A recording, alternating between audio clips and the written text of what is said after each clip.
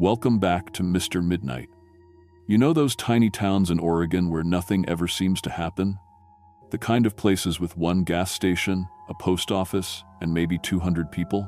Well, tonight you're going to hear 8 true stories that prove those quiet little towns are hiding something much darker than you'd ever imagine. We've got stories from people with normal jobs, truck drivers, mail carriers, cooks working the night shift. Regular folks who thought they were just going about their day until they saw something that changed everything. Something they were never supposed to see. Something the government doesn't want you to know about. If you're new to Mr. Midnight, hit that subscribe button right now because we bring you real horror stories that actually happened. These aren't made up, these are true events. Ring that bell so you never miss when we drop our next video. Now, before we start, I need to warn you, some of these stories are seriously disturbing. So turn off your lights, lock your doors, and whatever you do, don't watch this alone. Let's begin.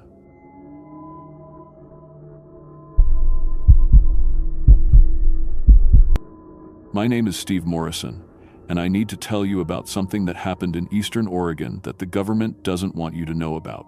I've been an electrical lineman for Pacific Power for 12 years. I started as an apprentice straight out of Chemeketa Community College, worked my way up to journeyman, earned my underground distribution certification and high-voltage specialist rating. I've restored power after the Eagle Creek fire, worked through ice storms that knocked out half of Portland, and fixed lines during flash floods that washed out entire substations. My training officer used to say I had a gift for electrical work. I could hear problems in power lines before meters detected them, could spot failing equipment from a quarter mile away. My supervisor, Mike, always called me when other crews couldn't figure out what was wrong. In 12 years, I'd never encountered an electrical problem I couldn't diagnose and fix. That changed on October 15, 2024, in Dayville, Oregon, population 149. What I found there. Christ, even now my hands shake when I think about it. The government classified everything that happened as a weather-related grid anomaly, but I'm done keeping their secrets. People deserve to know what's buried under that town, and what it's doing to families like the Petersons. I work out of Pacific Power's Bend district, covering territory from Sisters to John Day, 2PA, roughly 3,000 square miles of high desert, small ranches, and tiny communities connected by aging power infrastructure. Most of my calls are routine: replace a burned-out transformer, fix storm damage, investigate power quality complaints. The territory's tough: wind, ice, summer heat that cracks insulators. But it's honest work with problems that have solutions. That Tuesday started before dawn with dispatch calling an emergency. Complete power outage in Dayville. Town dark for 3 days straight. But here's what bothered me. They'd already sent 2 crews out there. Jenkins and Martinez, both 20-year veterans I'd trust with my life. Both came back reporting equipment failures and anomalous readings they couldn't explain. Mike pulled me aside at 6 a.m. "Steve, I need my best troubleshooter on this." Jenkins called in yesterday saying his meters were acting possessed, his exact words. Martinez lasted 4 hours before he left town, saying his truck's electrical system was failing and he didn't feel safe. I loaded extra diagnostic equipment, backup multimeters, oscilloscope, spectrum analyzer, Geiger counter, even my grandfather's analog volt-ohm meter from the 1960 seconds. The kind with actual needle gauges instead of digital displays. If there was electromagnetic interference affecting modern equipment, the old analog gear might still work. The drive to Dayville takes 2 hours east on Highway 26 through Ochoco National Forest and into high desert country. I'd driven this route maybe 50 times over the years. The power lines run parallel to the highway, standard 69 kilovolts transmission on weathered wooden poles. Nothing unusual about the infrastructure. But 20 miles out from Dayville, I noticed something wrong. No birds. The power lines are usually lined with hawks, ravens, even eagles perched on the crossbeams. That morning, nothing. Just empty lines stretching across sagebrush hills under an overcast sky that felt too heavy, too low. 10 miles out, my truck's radio started crackling with static. Then my GPS began glitching. The screen would flicker, show impossible coordinates, then go blank for several seconds. By the time I reached Dayville's town limits, every electronic device in my truck was malfunctioning. Dayville sits in a valley surrounded by low hills, maybe 40 houses scattered around a main street with a post office, general store, and volunteer fire station. Driving into town was like entering a dead zone. No electric hum from transformers. No LED lights on electronic signs. Even the streetlights were dark in broad daylight, which told me this wasn't just a nighttime outage. I parked near the first utility pole and started testing. The moment I powered on my digital multimeter, the display went insane. Numbers flashed randomly. Negative voltages, impossible current readings, symbols that weren't even in the meter's programming. I tried my backup meter, same thing. Even my analog voltage detector was spinning wildly, the needle jumping between 0 and maximum like it was picking up some kind of signal that shouldn't exist. That's when I met Helen Peterson. She came out of the general store, moving like someone twice her 70 years, wearing a thick winter coat, even though it was maybe 50 degrees outside. "You the power company, man?" she asked, her voice hoarse like she'd been crying. "Yes, ma'am, Pacific Power. I'm here to restore your electricity." She looked at me with eyes that had seen too much. "Son, it ain't just electricity that's broken here." Helen told me the power had died at exactly 11:47 p.m. on Tuesday. She remembered because she was watching the late news when everything just stopped. Not gradually, like a power outage rolling through different circuits. Everything electronic in town died simultaneously, down to the second. "My husband Earl's pacemaker stopped working," she said, her voice breaking. 20 years that thing kept him alive, never missed a beat. Tuesday night it just quit. Battery backup, everything. Doc Harrison tried to help, but his medical equipment won't work either. We got Earl to the hospital in Prineville, but soon as we crossed back into town limits yesterday, the pacemaker failed again. I stared at her. Pacemakers don't just stop working. They're built with multiple redundant systems, backup batteries, fail-safes designed to prevent exactly what she was describing. "Ma'am, when you say everything stopped working, I mean everything." Helen's voice was steady now. Matter of fact, in that way people get when they've accepted something impossible. Cars won't start inside town limits. Flashlights dead. Wind-up clocks stopped ticking.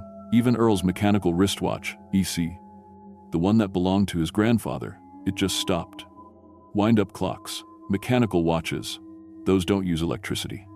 There's no scientific reason for them to stop functioning unless something was interfering with basic physics. Helen continued. "My neighbor tried to use her battery-powered radio to call for help. Thing was working fine Tuesday afternoon, but Wednesday morning, it was dead. Fresh batteries, didn't matter. Radio works perfect soon as you take it outside town limits, dies the minute you bring it back." I thanked Helen and walked back to my truck, mind racing. I radioed for Mike, but got only static. Tried my cell phone, no signal, and the battery was draining visibly, even though it had been fully charged 20 minutes earlier. I decided to test Helen's claim about the town boundary. I drove west on Highway 26, testing my equipment every quarter mile. At exactly 2.3 miles from what appeared to be the geographic center of Dayville, everything started working normally. Radio came through clear, GPS locked onto satellites, multimeter showed standard readings. I drove back toward town, and at that same 2.3-mile mark, everything failed again. It was like crossing an invisible wall where the laws of electricity simply stopped applying. Back in town, I started talking to other residents, and every conversation made the situation more disturbing. Tom Bradley, the volunteer fire chief, showed me their emergency equipment. "Diesel generator runs fine," he said, pointing to a unit behind the fire station. "Engine turns over smooth as silk, but no electrical output. We tested it with our backup multimeter before everything went haywire. Now the meter won't even power on." Sarah Chen, who ran the town's Small Works medical clinic, was dealing with something worse. "We've got 3 diabetics in town who depend on electronic glucose monitors," she told me. "Their backup supplies ran out yesterday. Manual testing shows their blood sugar levels are dangerous, but I can't get any electronic medical equipment to function if this continues much longer." She didn't finish the sentence. She didn't need to. By noon, I was documenting a phenomenon that violated everything I knew about electrical systems. The affected area was a perfect circle with a 2.3-mile radius. Every electronic device failed inside that boundary, not just power grid equipment, but batteries, electronic circuits, even simple LED flashlights. Most disturbing were the mechanical devices that had stopped working. Wind-up clocks, manual watches, even spring-loaded mechanisms. I called Mike from outside the interference zone, and his response chilled me. "Steve, I've got the regional manager and some federal people on a conference call. They want you to investigate the old mining area south of town." "What mining area?" "Check your geological survey maps. There's an abandoned uranium mine called the Lucky Strike, sealed in 1962. Something about radiation contamination and worker safety issues." I found the mine easily. My GPS worked fine until I got within that 2.3-mile radius of town. The Lucky Strike was marked on old survey maps, accessible by a dirt road that hadn't seen maintenance in decades. What I found there made my blood run cold. The mine was supposed to be permanently sealed, but someone had recently broken through the concrete cap. Fresh concrete chunks scattered around the entrance, tire tracks from heavy equipment, and cuts in the chain-link fence that were clean and new, maybe days old, not years. More disturbing were the warning signs. The original 1,962 government placards about radiation hazards were still there, weathered but legible. But someone had posted new signs, minus, temporary ones, printed on standard paper, laminated hastily. Authorized personnel only D. Project Blackout. Deadly force authorized. Project Blackout. That wasn't any Pacific Power designation I'd ever heard of. I gathered my safety equipment and rope from the truck. I know it sounds reckless now, but I was still thinking like an electrical worker trying to solve a power problem. If something in this mine was generating electromagnetic interference across a 2.3-mile radius, I needed to identify it and report back. The shaft dropped 30 feet straight down before opening into horizontal tunnels. My flashlight worked normally down there. First time in hours any electronic device had functioned properly. The mine showed evidence of 1,960 seconds uranium extraction. Pick marks in the walls, rotting wooden support beams, rusted ore carts on narrow-gauge tracks. But deeper in, I found evidence of recent excavation. New tool marks in the rock. Modern equipment abandoned in side tunnels. HN, a pneumatic drill. Sections of ventilation ductwork. Even a laptop computer that someone had left behind in their hurry to leave. The fresh digging led to a chamber that definitely wasn't part of the original mine. Someone had used explosives to blast through solid basalt, creating a cavern about 20 feet across. And at the center of that cavern, partially excavated from the chamber floor, was something that made my rational mind shut down completely.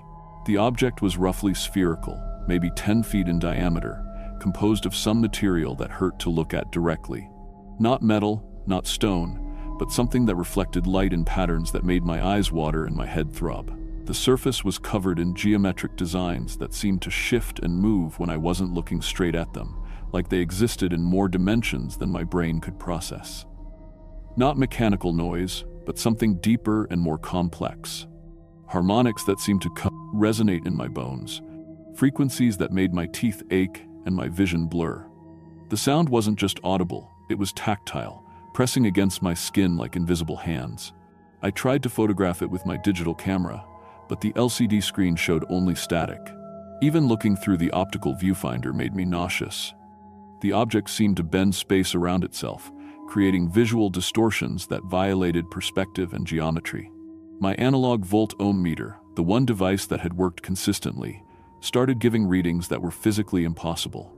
The needle spun in full circles, occasionally pointing to numbers beyond the meter's range, as if it were detecting forms of energy that didn't exist in any physics textbook. The most disturbing thing was what I found scattered around the excavation site: personal belongings from the mining team. Wallets, car keys, cell phones, even glasses and wristwatches, all abandoned hastily, as if the excavation crew had fled in panic. One wallet contained a Department of Energy identification card for someone named Dr. Marcus Webb, dated just 2 weeks earlier. As I knelt examining the abandoned equipment, the humming from the object intensified. My watch stopped working, then started running backward. The temperature in the chamber dropped 20 degrees in seconds, and my breath began fogging even though I was underground where temperature should be stable. That's when I realized the object was affecting more than just electronics. It was distorting physical laws within its influence zone. Time, temperature, electromagnetic fields. 7. Everything was wrong near this thing. I climbed out of the mine shaft as fast as my safety gear would allow, heart hammering against my ribs. Back on the surface, all my equipment immediately failed again. But now I understood why. There was something buried under Dayville that predated human technology, something that modern science couldn't explain or control. I drove outside the interference zone and called Mike immediately. "I found the source," I told him. "But this is way beyond electrical repair. You need to contact federal authorities right now." "What kind of source?"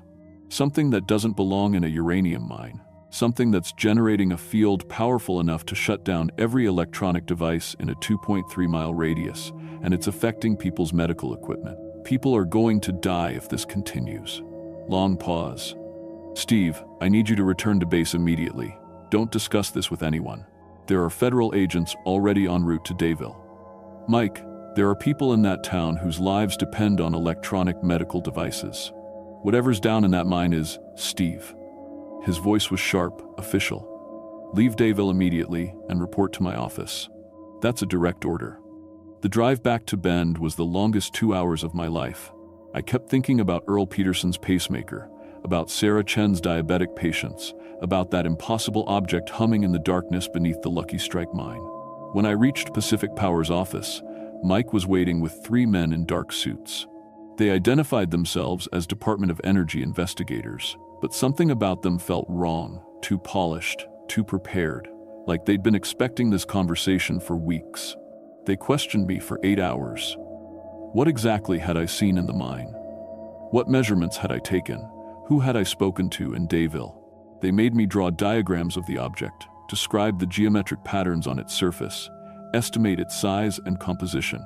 When I asked about the abandoned DOE identification card I'd found, their whole demeanor changed. One agent, who'd introduced himself as Agent Collins, leaned forward with cold eyes. "Mr. Morrison, you're going to sign a federal non-disclosure agreement regarding everything you witnessed in Dayville. You will not discuss these events with family, friends, colleagues, or media. Violation of this agreement carries a minimum sentence of 20 years in federal prison." "What about the people in town? Earl Peterson needs his pacemaker to work.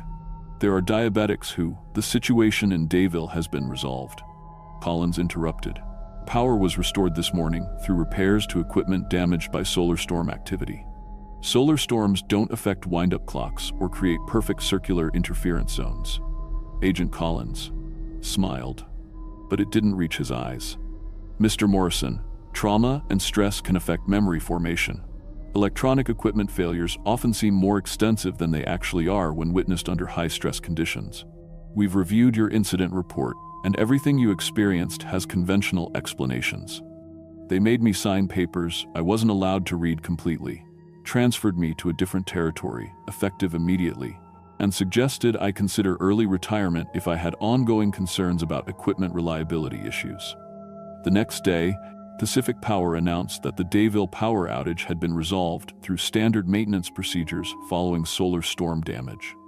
Local news reported the incident as a routine grid restoration, no mention of the 3-day duration or the impossible equipment failures.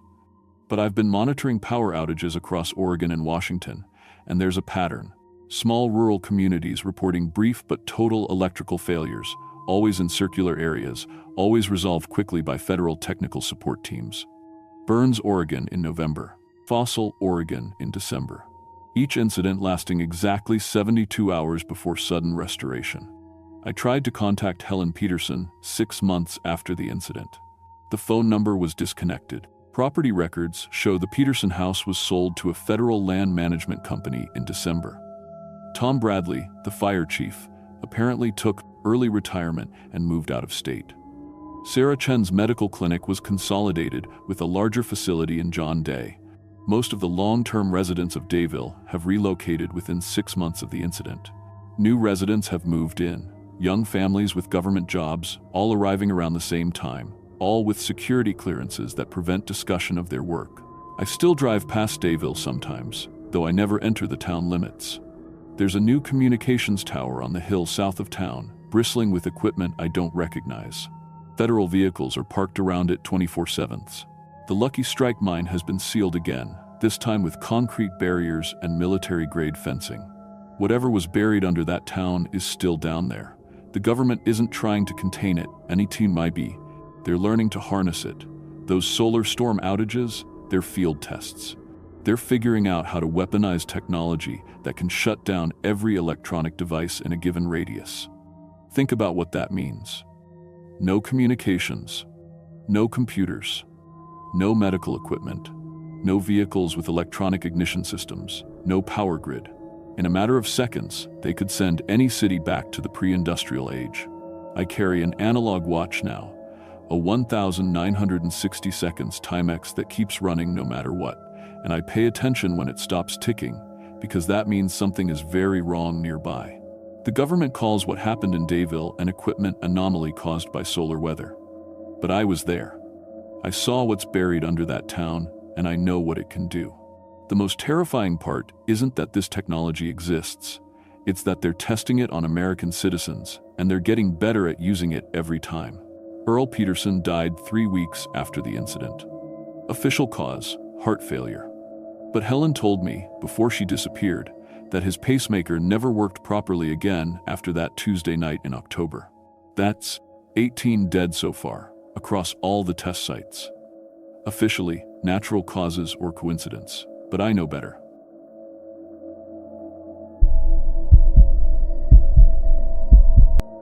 My name is Dave Richardson, and I've been driving trucks for 22 years. Started when I was 22, right out of high school. Been all over this country, from Seattle to Miami, from Portland, Maine to San Diego. I've seen it all. Bad weather, crazy drivers, road construction that goes on forever. I've driven through blizzards that would make grown men cry and sandstorms that turn day into night. But what happened 2 months ago on Highway 26 inches Eastern Oregon changed everything I thought I knew about what's really out there on America's roads. I drive for Western Supply Company out of Portland. We haul everything, building materials, farm equipment, food supplies, to small towns that the big chains won't deliver to. It's honest work, and after all these years, I'm good at it. Never had a major accident, never missed a delivery deadline. My rig is a 2019 Peterbilt 379 with a 48-foot trailer. I keep her in perfect condition. That truck is my livelihood. The run to Unity, Oregon, isn't one I get often. Unity's way out in Baker County, population maybe 130 people on a good day. It's the kind of place that exists because it has to, not because anyone planned it. Just a few houses, a post office, and one gas station that stays open 24 hours for truckers and travelers brave enough to take the back roads through Eastern Oregon. It was October 15th, a Tuesday night. I'd picked up a load of winter supplies in Portland, heating oil, canned goods, medical supplies for the small clinic they have out there. Standard stuff for a town getting ready for winter. My GPS said it would take about 4 hours, and I wanted to deliver early Wednesday morning, so I left Portland around midnight. Highway 26 through Eastern Oregon is lonely during the day. At night, it's like driving through the bottom of the ocean.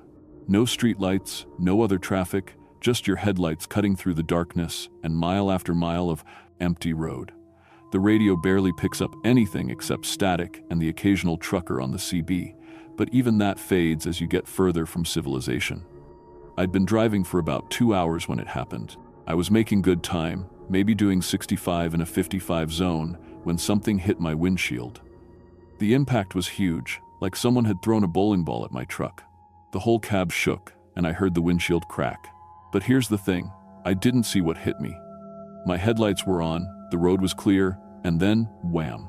Something big enough to crack reinforced truck glass, but I never saw it coming.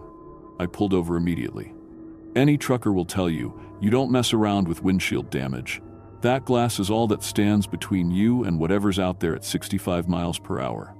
I grabbed my flashlight and work gloves and climbed out to check the damage. What I saw didn't make sense. The crack ran from the bottom left corner all the way to the top right, a spider web of broken safety glass. But covering the entire windshield was this thick, black substance. At first, I thought it was motor oil. Maybe I'd hit something that had leaked all over my windshield. But this stuff was different. It was thick like honey, completely black, and it was moving. I'm not talking about dripping or running like normal liquid. This stuff was flowing in patterns across my windshield, like it was alive. It would pool in one spot, then spread out in tendrils, then gather itself back together. I'd never seen anything like it. I pulled on my work gloves and grabbed a shop rag from the toolbox. Whatever this stuff was, I needed to clean it off so I could see to drive. The moment I touched the rag to the substance, it started smoking. The black goo ate through my rag in seconds, then started burning through my rubber work gloves. I yanked my hands back and watched my gloves literally dissolve. This wasn't motor oil, this was something that could burn through rubber and cloth like acid. I backed away from the truck, my heart starting to pound. What the hell had I hit? And where was it now? I walked around the rig with my flashlight, checking for damage, looking for whatever had left this stuff on my windshield. The trailer looked fine. The front bumper had a small dent, but nothing major. But there was no sign of what I'd hit. No dead animal, no debris, nothing. That's when I heard it. A scratching sound. Like fingernails on a chalkboard, but louder. It was coming from above me, from the roof of my cab. I pointed my flashlight up and saw something that made my blood run cold. There was something on top of my truck, something big, dark, and moving. The beam of my flashlight caught what looked like wet, black skin stretched over something the size of a telephone pole. As I watched, this thing shifted position, and I could hear it sliding across the metal roof of my cab. I ran back to the driver's side and climbed in, locking the door behind me. My hands were shaking as I started the engine. Whatever was up there, I wanted to get as far away from it as possible. But as I put the truck in gear and started moving, I could hear it moving too. The scratching got louder, and I could feel the weight of it shifting around on my roof. I checked my mirrors, and what I saw in the reflection of my trailer lights made me almost drive off the road. This thing was enormous, maybe 15 feet long and thick as a telephone pole, covered in shiny black skin that reflected my lights like wet plastic. It had no visible head or tail, just this massive, snake-like body that seemed to flow rather than crawl. And it was wrapped around my entire cab, holding on with what looked like dozens of small appendages underneath. I floored it. My Peterbilt can move when it needs to, and I pushed her up to 70, then 75 miles per hour. But the faster I went, the tighter this thing seemed to grip my truck. When I hit the brakes to slow down for a curve, I could feel it shifting its weight, adjusting its position like it knew exactly what I was doing. This thing wasn't just riding on my truck, it was hunting me. I tried everything I could think of. I swerved back and forth, hoping to shake it loose. Nothing. I hit the brakes hard, thinking maybe I could throw it off. It just gripped tighter. I even tried driving under a low bridge, but the thing flattened itself against my roof like it knew what I was planning. By the time I reached Unity at 3 in the morning, this creature had spread itself across my entire trailer. I could see it in my mirrors. A black, glistening mass that covered the roof from front to back. And the smell coming through my air vents was getting worse. Like rotting fish mixed with sulfur.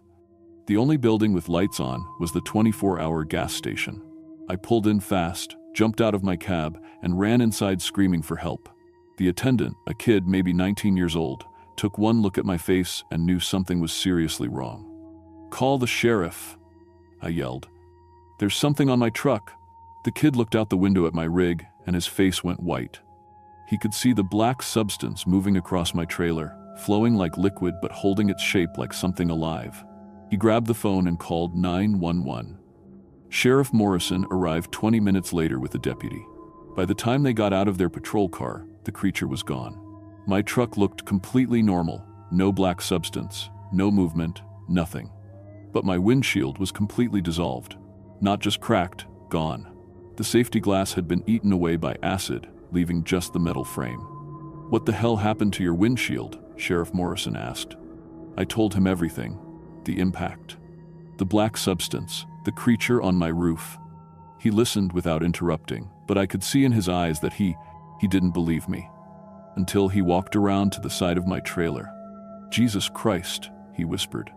The entire side of my trailer was covered in burn marks. Perfect patterns where something had gripped the metal, leaving acid burns in the exact shape of what looked like tentacles or arms. And leading away from my truck was a trail of thick, black slime that disappeared into the burnt river about 50 yards away. Sheriff Morrison took pictures of everything. He scraped some of the slime into evidence bags and called the state lab. When the results came back 3 days later, he called me personally. "Dave, you need to hear this. That substance you described? The lab says it's some kind of biological compound they've never seen before. Proteins and enzymes that don't match anything in their database. Not from any known animal on Earth. That should have been the end of it. I should have taken the insurance money, fixed my truck, and found a different route. But something the sheriff said kept bothering me. You're not the first trucker to report something like this. I started asking around, talked to other drivers at truck stops, posted on the CB radio, searched online forums. What I found scared me more than that night on Highway 26. There were dozens of reports, truckers from Oregon, Washington, Idaho, all describing the same thing. A massive, slug-like creature that attacked vehicles at night. Always near water, rivers, lakes, even irrigation ditches, always targeting drivers who were alone. But here's the scary part. 3 of the truckers who reported these encounters had disappeared. Just vanished. Their trucks found abandoned on the side of the road, windshields dissolved, trailers covered in acid burns. But no sign of the drivers. Sheriff Morrison called me back 2 weeks later. "Dave, I need to tell you something. We've had 2 more reports since yours. Same creature, same MO, but I'm getting pressure from above to keep this quiet. There are people who don't want this story getting out." I knew what he meant. The last thing the state wanted was panic about monsters attacking truckers on rural highways. Tourism would disappear. Shipping companies would avoid the routes. Small towns like Unity would dry up and blow away. But I couldn't let it go. I installed a dashboard camera system in my truck and started carrying a shotgun.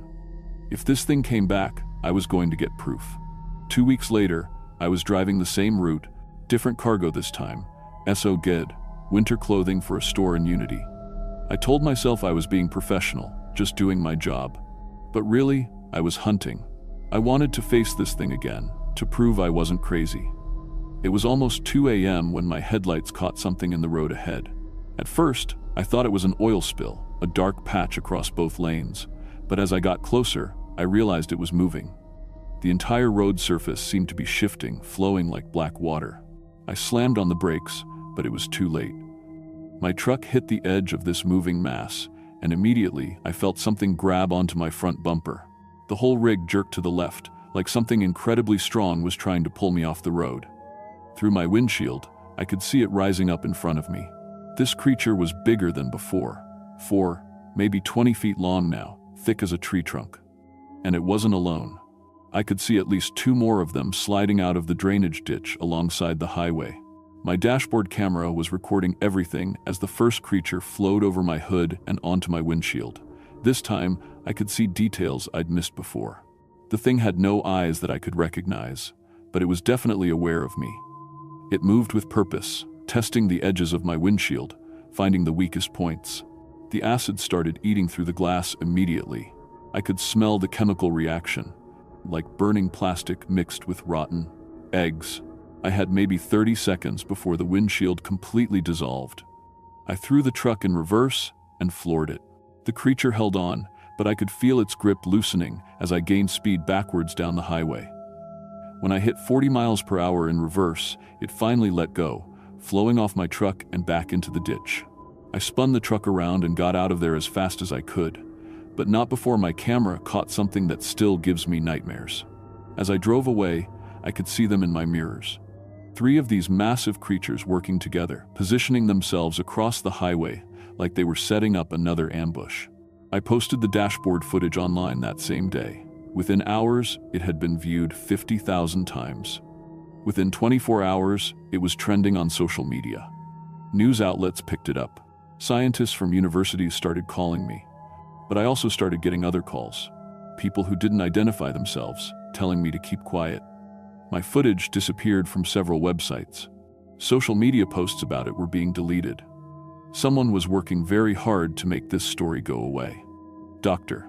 Sarah Chen from Oregon State University managed to analyze my footage before it was scrubbed from most sites. She theorized that these creatures were some kind of prehistoric species that had been living underground, possibly for millions of years. Rising groundwater levels due to climate change might have forced them to the surface. They seem to be attracted to metal and petroleum products, she told me over the phone. Like they're trying to understand modern technology. The acid they produce might be a defense mechanism, or possibly a way to break down complex materials for analysis.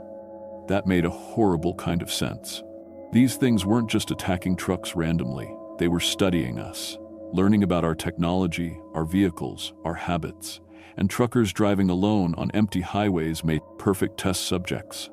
It's been 2 months since my last encounter, and I've changed everything about how I work. I don't drive alone anymore. I've partnered with another driver, and we travel in convoy. I've installed more cameras, better lights, and I never take rural routes at night. But sometimes, I catch other truckers looking at me funny at truck stops, like they know something.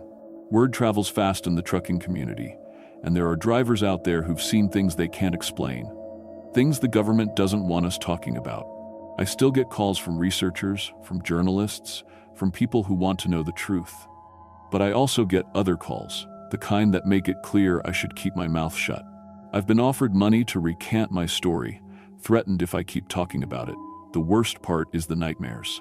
Every time I close my eyes, I see that creature flowing over my windshield, testing the glass with its acid, learning how to get inside.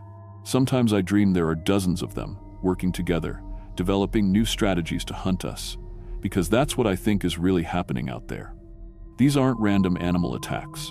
This is an intelligent species that sees us as either threats or resources to be studied, and they're getting better at hunting us.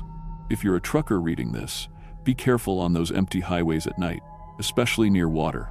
Travel in groups when you can, install cameras.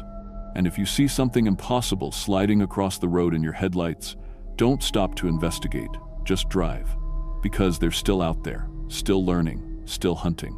And I think they remember me.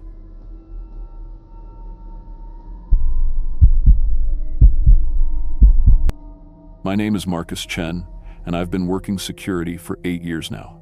Started right out of high school doing mall security, then moved up to office buildings, warehouses, that kind of thing. I've handled break-ins, drunk guys trying to start fights, even caught a few people trying to steal copper wire from construction sites. I thought I'd seen everything a night shift security guard could see. But what happened last month in Antelope, Oregon, changed everything I thought I knew about my job. Sometimes the most dangerous thing you're guarding against isn't trying to break in. It's already inside, waiting for the right moment to take control. The job in Antelope seemed perfect when I got it. Small town security work, just me watching over the grain elevator complex. Pay was good, better than anything I'd ever made before, which should have been my first warning sign. The town only has 46 people, so after dark, it's just me and those big metal silos reaching up into the sky like giant fingers. Antelope Grain Systems hired me to work the overnight shift, 8 p.m. to 8 a.m., 12 hours of walking around, making sure nobody was stealing grain or messing with the equipment. The complex has 5 massive silos, each one about 60 feet tall, connected by a maze of conveyor belts and loading equipment. During the day, trucks come in to pick up grain shipments, but at night, everything shuts down except for the basic electrical systems. My supervisor, Mr. Harrison, gave me a simple routine on my first night. Check all the doors every hour, walk the perimeter fence, test the gate locks, and radio in every 30 minutes to let the answering service know everything was okay. The security office sat in a small building next to the main grain processing facility, with monitors showing feeds from 12 cameras placed around the property. The work was easy, almost boring. I'd bring a thermos of coffee, some sandwiches, maybe a book to read, in between rounds. The only sounds were the wind blowing through the metal structures and the occasional car driving past on Highway 97. Most nights, I'd see maybe 2 or 3 vehicles the entire shift. For my first 2 weeks, nothing strange happened. I'd clock in at 8, do my rounds, radio in on schedule, and clock out when the day shift supervisor arrived at 8 a.m. The pay hit my bank account every Friday like clockwork. I even started thinking about asking for more hours, maybe picking up weekend shifts. But on October 15th, everything changed. I clocked in at 8 p.m. like usual. Cool night, clear sky, no wind, perfect conditions for an easy shift. I did my first perimeter walk, checked all the door locks, and settled into the security office to monitor the cameras. Everything looked normal on the screens. Empty walkways, locked gates, equipment sitting silent in the darkness. At 9:30, I radioed in my first check. Antelope security to base, all clear, no issues to report. The answering service guy, Dave, confirmed he received it. I grabbed my flashlight and keys for the 10 p.m. round. That's when I noticed something weird on the camera monitor. According to the timestamp, it was 10:47 p.m. The screen showed me walking into the main processing building, using my keys to unlock the door and heading inside. Problem was, I was sitting in the security office looking at the monitor. I hadn't left the office since 9:30. I checked the timestamp again, 10:47 p.m. The current time on my watch showed 10:51 p.m. According to the camera, I'd been inside that building for 4 minutes, but I had no memory of going anywhere. My hands started shaking as I rewound the footage. There I was, clear as day, walking up to the main building door at exactly 10:47 p.m. I watched myself pull out the right keys, unlock the door without hesitation, and walk inside like I'd done it 1,000 times before. But my face looked completely blank, like I was sleepwalking with my eyes open. I ran outside and checked the main building door. It was unlocked. I always kept that door locked. It was one of the basic security rules. Mr. Harrison had drilled into me. Inside, I could see footprints in the dust on the floor, fresh prints that matched my work boots. This couldn't be happening. I felt completely awake and alert. I wasn't tired, hadn't been drinking, wasn't on any medication that might cause blackouts.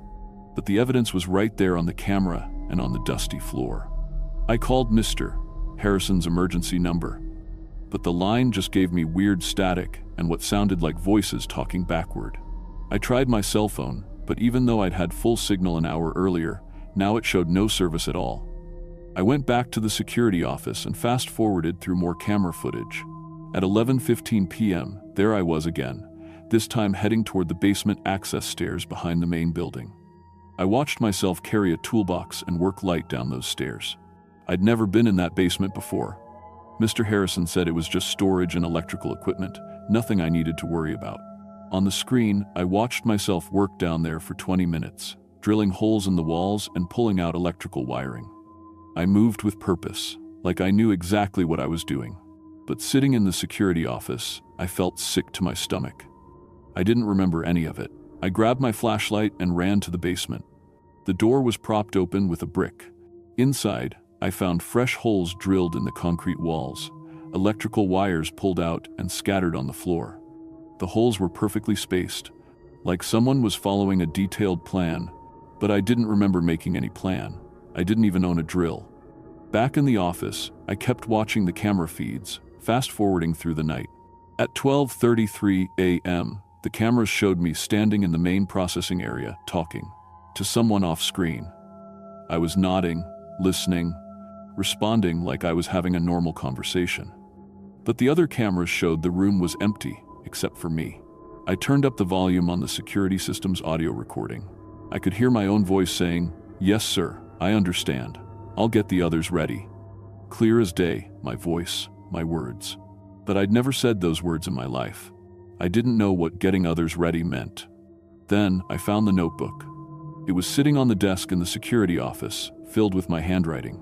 Page after page of detailed plans for something called Project Harvest. Lists of every person in Antelope, their names, addresses, daily schedules, what time they went to bed, which doors they left unlocked, where they kept spare keys. Information about Mrs. Peterson, who ran the post office, Jim, who fixed cars out of his garage, the Walsh family with their 3 kids. I recognized my handwriting perfectly. The careful way I made my lowercase a's, how I crossed my t's. This was definitely my writing, but I didn't remember writing any of it. How could I know that Mrs. Peterson always left her back door unlocked when she walked her dog at midnight? I'd never even talked to Mrs. Peterson. The worst part was finding my security access card being used to unlock all 5 grain silos. According to the computer logs, I'd opened every single one between 1 and 1:30 a.m. But I was supposed to keep those silos locked at all times. That was the most important rule of the job. I ran outside to check the silos. All 5 doors stood wide open, and I could hear sounds coming from inside them, scratching sounds, like fingernails on metal, whispering voices that seemed to echo up from the bottom of those 60-foot towers. I climbed the ladder on the first silo and looked down inside with my flashlight. What I saw made me almost fall off the ladder. People, dozens of people standing inside the silo, all looking up, at me with blank, empty eyes. I recognize faces from around town, Mrs. Peterson in her nightgown, Jim still wearing his grease-stained coveralls, the Walsh kids in their pajamas. They were all barefoot, like they'd walked here in their sleep. "Mrs. Peterson," I called down. "What are you doing down there?" She didn't answer. None of them answered. They just stood there, staring up at me with those empty eyes. I climbed down and ran to the other silos. Same thing in each one.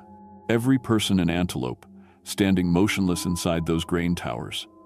Men, women, kids, even old Mr. Garcia who could barely walk with his cane. All of them had somehow gotten out of their beds and walked to the grain elevator in the middle of the night. As I watched, they started moving. Not walking exactly, but flowing like water, all in the same direction. They climbed out of the silos using ladders and maintenance stairs, moving in perfect formation toward the main building. I followed them, trying to get someone, anyone, to respond to me. Inside the main building, they arranged chairs in neat rows, like they were setting up for a church service or town meeting. Everyone sat down in perfect silence, facing an empty podium at the front of the room. That's when I blacked out. I woke up sitting in one of those chairs, surrounded by everyone else from town. We were all facing that empty podium, staring straight ahead. I could see myself doing it, but I couldn't control my body. It was like being trapped inside my own head, watching someone else use my body like a puppet. A voice started speaking from the podium area, but no one was there, just empty air. The voice was calm, professional, like a doctor or scientist giving a presentation. "Welcome to the final phase," the voice said. "You have all been chosen for the great work that began 50 years ago." The voice explained that Antelope had been selected as a test site for something called mass behavioral modification. Everyone born in town after 1970 had been given special medication through the water supply since they were children. The grain elevator wasn't really for storing grain. It was a transmission station, broadcasting control signals that could make people do whatever the voice wanted. "Marcus," the voice said, and I felt a chill run down my spine. "Your security position was specifically designed to maintain our equipment during activation nights. Your conscious mind was blocked from remembering, but your programmed mind knew exactly what to do." I thought about all those holes I'd drilled, the wires I'd pulled out. I'd been fixing transmission equipment, making sure the mind control signals could reach everyone in town. "Tonight is our final test before expanding to larger population centers," the voice continued. "All residents will now proceed to Highway 97 and create a traffic disruption to test group coordination under stress conditions." Everyone stood up at exactly the same time, including me. We marched outside in perfect formation, like soldiers, heading toward the highway. I could see car headlights in the distance, vehicles approaching on the dark road. As we got closer to Highway 97, I realized what was about to happen. The voice wanted us to walk into traffic, to cause a massive accident. It was testing whether the mind control could make people commit suicide on command. I fought against the programming with everything I had. It felt like trying to lift a car with my bare hands, but somehow I managed to break free just as we reached the edge of the highway. I screamed warnings to the approaching drivers, waving my arms and flashlight. The cars stopped just in time, their headlights illuminating 45 people standing in the road like zombies. My resistance seemed to break the signal for everyone else. People started looking around confused, asking how they'd gotten to the highway in their pajamas. Mrs. Peterson was crying, asking where she was. The Walsh kids were scared and calling for their parents, but the government vehicles arrived within minutes. Black SUVs with no license plates, men in suits who knew exactly what had happened. They told us we'd all experienced a gas leak hallucination from chemicals stored at the grain elevator. They gave us medical checkups, made us sign forms, and drove everyone home. The next day, I went back to the grain elevator to look for the transmission equipment. I found it hidden behind fake walls in the basement, computers, antennas, broadcasting devices that looked like something from a science fiction movie. But when I tried to take pictures with my phone, the screen just showed static. The official report blamed the whole incident on ergot poisoning from moldy grain. Case closed. No investigation, no follow-up questions. The government men packed up all the equipment and left town within a week. I tried to tell people the truth, but nobody believed me. Even the people who'd been standing in the road with me didn't remember anything unusual. They just remembered feeling sick from the gas leak and being grateful the government cleaned it up so quickly. I quit the job and moved to Portland, but I still get phone calls at exactly 2:30 a.m. Always the same voice from that night at the grain elevator. It tells me I can never fully escape the programming, that I'll always be one of them. Sometimes I wake up in the morning with dirt on my shoes and no memory of where I've been. I'm telling you this story because I need people to know what really happened in Antelope, Oregon. And because I've started having blackouts again. Yesterday, I found a notebook in my handwriting with detailed plans for something called Project Harvest, Phase 2. This time, the list has over 1,000 names.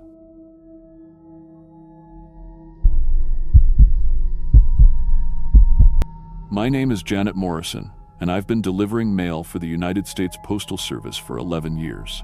I started right after high school in Portland, then moved to the Spray, Oregon route 5 years ago when my husband got a job at the lumber mill. Spray is tiny, maybe 160 people on a good day, but my route covers over 200 square miles of ranch land and farm country. I drive a beat-up mail truck through some of the most beautiful and lonely country you've ever seen. Most people think being a mail carrier is easy. Drive around, put letters in boxes, go home. But out here, it's different. These ranchers live miles from their neighbors. Sometimes I'm the only person they see all week. I've delivered medicine that saved lives, welfare checks that kept families fed, and letters from kids serving overseas. I've also found people who died alone and called for help when someone got hurt. It's more than a job, it's a lifeline for these communities. What happened 3 months ago on my Tuesday route to Henderson Ranch changed everything I thought I knew about the people I serve. Some deliveries aren't just mail. Sometimes you deliver yourself right into hell. The Henderson Ranch sits 12 miles northeast of Spray, at the end of a dirt road that winds through sagebrush and rocky hills. Tom and Susan Henderson had been getting mail there for 8 years, mostly livestock supply catalogs, bills, and the occasional letter from their son Mike, who went to Portland State. Their ranch ran about 200 head of cattle on 1,500 acres of high desert pasture. I knew something was wrong that Tuesday morning in March because they hadn't picked up their mail in 2 weeks. The cluster box at the end of their road was stuffed full. Tom Henderson was the type who checked his mail every day, rain or shine. Ranchers out here depend on mail for everything: feed delivery schedules, veterinary supply orders, government paperwork for their cattle operations. My supervisor, Dave, had mentioned it during our morning briefing. Henderson Ranch hasn't been picking up mail. Might want to drive up to the house, make sure everything's okay. This wasn't unusual. Sometimes older folks got sick or hurt and couldn't make it to their mailbox. The drive up their private road usually took about 10 minutes. The truck bounced and rattled over the washboard ruts, kicking up dust clouds in my mirrors. Spring was coming early that year. The snow had melted fast and left the roads muddy and rough. About halfway to the house, I noticed the smell. At first, I thought maybe a deer had died somewhere nearby. Happens all the time out here. Wildlife gets hit by trucks on the highway, wanders off to die. But this smell was stronger, sweeter, like meat left out in the sun too long. Then I saw the cattle. Henderson's herd was scattered across the pasture closest to the road, but they weren't moving. At first glance, it looked like they were lying down, maybe resting in the morning sunday. But as I got closer, I could see flies. Thick black clouds of them. Every single cow was dead. I stopped the truck and got out to look. I'm not a rancher, but I grew up around livestock. These cattle hadn't been shot or attacked by predators. They looked deflated somehow, like something had drained the life right out of them. Their hides were loose and wrinkled, eyes sunken deep in their skulls. Some had strange cuts on their sides, neat, surgical-looking incisions that had been stitched up with thick black thread. My first thought was disease. Maybe anthrax or some other infection had swept through the herd. But anthrax doesn't make surgical cuts, and it doesn't make cows look like they'd been hollowed out from the inside. I should have turned around right then, should have driven back to town and called the county veterinarian. But Tom and Susan were in their 60s, and if their cattle were dead, they might need medical attention too.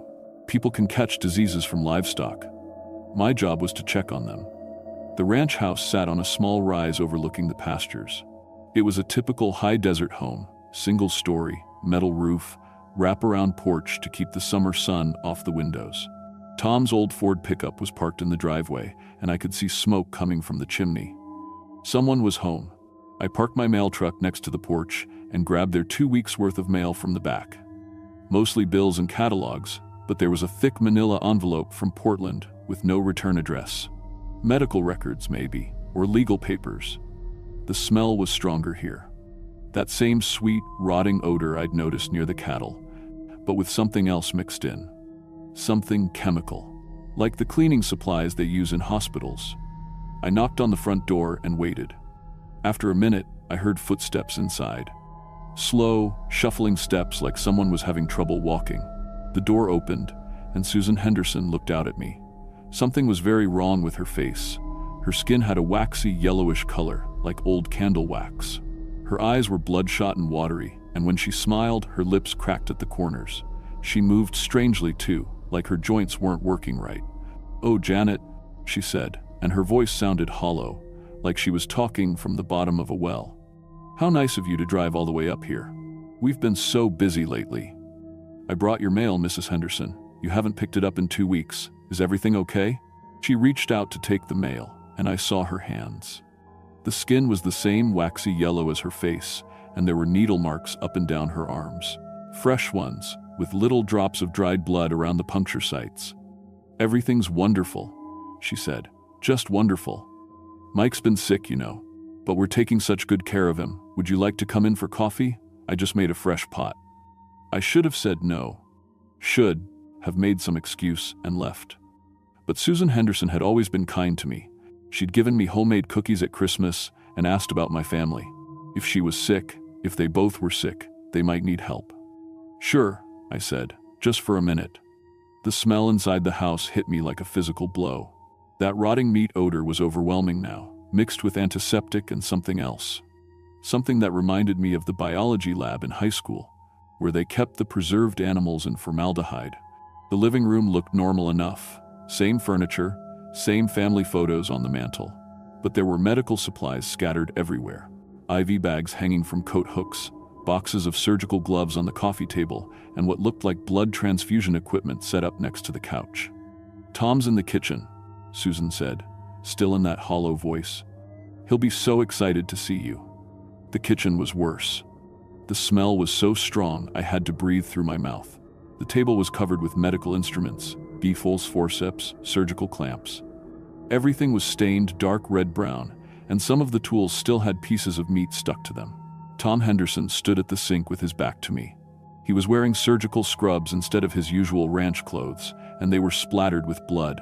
When he turned around, I saw he had the same waxy skin as his wife, the same bloodshot eyes. But his face was different. Parts of it looked newer than other parts, like patches of skin had been grafted on from somewhere else. "Janet," he said, his voice just as hollow as Susan's. "Perfect timing. We were just about to start the morning procedure." "Procedure?" I asked. "For Mike," Susan said behind me. "Our boy's been so sick, but Dr. Kovac taught us how to help him, how to make him better." Tom moved toward me, and I noticed he was limping. Not like he'd hurt his leg, but like his muscles weren't working right, like a puppet with loose strings. "We need to show you something," he said. "Something wonderful." I tried to step back toward the door, but Susan was blocking my way. She wasn't threatening me, exactly, but she wasn't moving either. And there was something in her eyes, a desperate, hungry look that made my skin crawl. "I should really get going," I said. "I have more deliveries to make." "Oh, but you can't leave yet," Tom said. "Not until you see Mike. Not until you understand how much we need your help." He grabbed my arm with one of those waxy hands, and his grip was stronger than it should have been. His fingers felt cold and rubbery, like touching raw chicken. He pulled me toward a door I'd never noticed before, a door that led down to the basement. The stairs were old and creaky. The smell got worse with every step. At the bottom, Tom flicked on a light, and I saw what they'd done to their son. Mike Henderson was lying on a makeshift operating table, an old door balanced on sawhorses. He was hooked up to machines that beeped and hummed, with tubes running into his arms and throat. But he didn't look like the healthy college kid I remembered. He looked like something from a horror movie. Parts of his body were the wrong color. His left arm was darker than his right, like it had come from someone else. There were stitches everywhere, crude, thick stitches that pulled his skin tight in unnatural ways. His chest rose and fell, but barely. His eyes were open, but they stared at nothing. "Isn't he beautiful?" Susan whispered. "Dr. Kovac said we could save him, said we could make him whole again." "What happened to him?" I asked, though I was starting to understand. "He got sick in January," Tom said. "Started losing weight, couldn't keep food down. The doctors in Portland said it was some kind of wasting disease. Said there was nothing they could do. But Dr. Kovac could help," Susan added. "He said Mike just needed new parts. Fresh parts. Strong, healthy tissue to replace what the disease had damaged." I stared at Mike's patchwork body and felt my stomach turn. "Where did you get the parts?" Tom and Susan looked at each other, and I saw something pass between them. Some kind of silent communication. "People don't come out here very often," Tom said slowly. "But sometimes they do. Lost hikers, hunters who wander off the trail, salespeople who take the wrong road. We learned so much from Dr. Kovac," Susan said. "He taught us how to keep them alive during the procedures, how to harvest what we need without damaging the organs. The fresher the better," he said. My legs felt weak. I looked around the basement and saw things I hadn't noticed before. Coolers lined up against the wall, medical equipment that looked expensive and professional, and in the corner, what looked like restraints attached to another table. 8 people, Tom said, following my gaze. 8 good people who helped save our son. The cattle were just practice. Dr. Kovac said we needed to learn proper surgical techniques before working on humans. "You're insane," I whispered. "We're parents," Susan said simply. "We're doing what any parent would do." I started backing toward the stairs, but Tom moved faster than I thought he could. He reached into his pocket and pulled out a syringe filled with clear liquid. "Dr. Kovac said a postal worker would be perfect," he said. "Good muscle tone from all that walking, healthy kidneys from staying active, and young enough that everything's still in good condition." I tried to run, but he caught me before I reached the stairs. The needle went into my neck, and I felt fire spreading through my veins.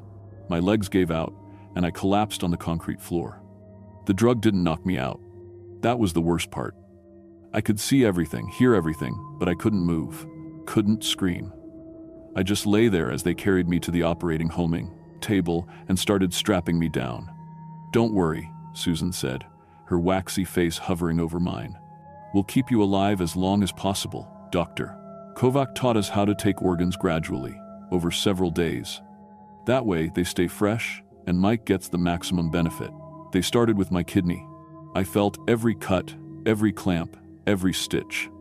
The paralytic drug kept me from moving or screaming, but it didn't stop the pain. I watched my own blood flow into tubes and bags, watched them carry pieces of me to their dying son. For 3 days, they kept me on that table. They took my gallbladder, part of my liver, sections of healthy skin. Between surgeries, they'd give me IV fluids and antibiotics to keep me alive.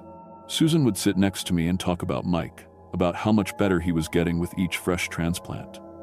On the 4th day, I heard a car in the driveway. Tom looked out the basement window and smiled. "Dr. Kovac's here," he said. "Today we take your heart and the rest of your liver. Mike will be completely healed." Dr. Kovac wasn't what I expected.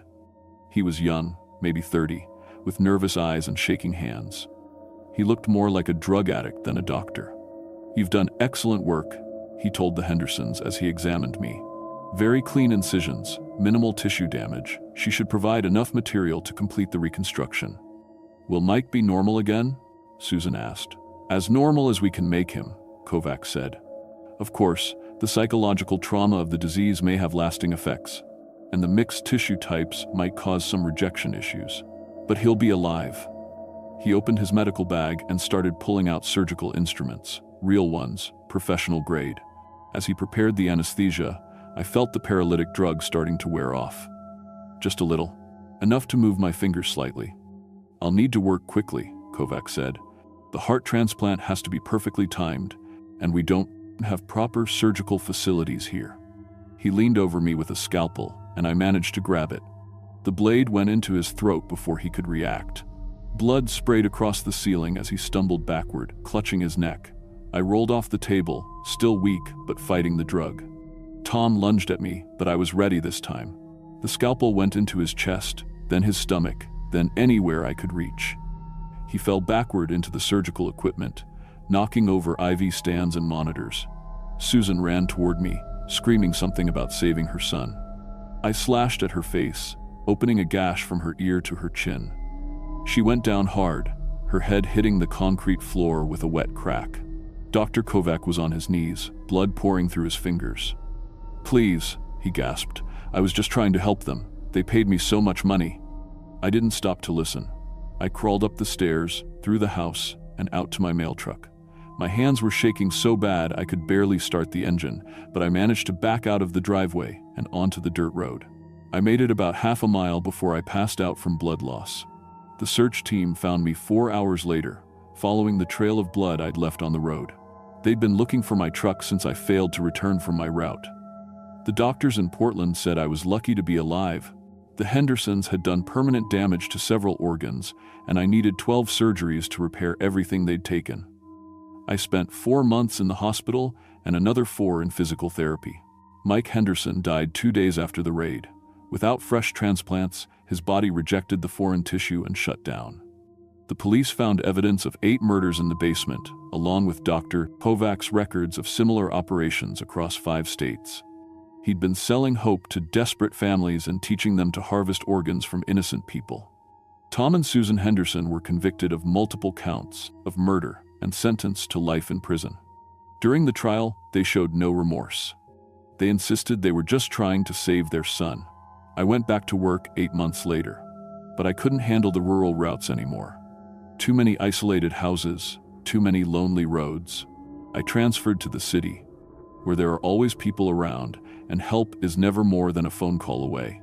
Sometimes I still dream about that basement, about the sound of machines keeping Mike Henderson alive while his parents carved up strangers to save him, about the look in Susan's eyes when she talked about her son, that desperate, hungry love that would do anything, hurt anyone, to keep him breathing.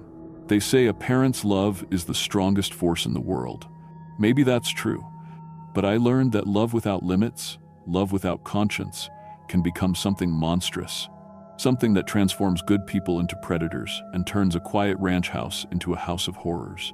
I still deliver mail every day, but I never forget that behind any door, in any house, the people you trust might be willing to do anything to protect what they love most, even if it means destroying everyone else.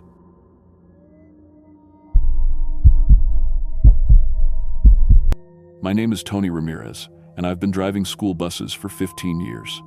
Started right here in Mitchell, Oregon, when my oldest daughter was just starting kindergarten. The pay isn't great, but I love working with kids, and the schedule lets me be home when my family needs me. I've driven every route in this district, from the easy suburban runs to the tough mountain routes where kids live 40 minutes from school. But I specialize in Route 47, TEC, the ranch circuit. These are the hardest kids to reach, living on spreads 30-40 miles from town. Some mornings I'm on the road at 6 a.m., picking up kids whose nearest neighbor is 5 miles away. I've pulled buses out of snowdrifts, fixed flat tires with kids waiting, and even delivered medicine to families during emergencies.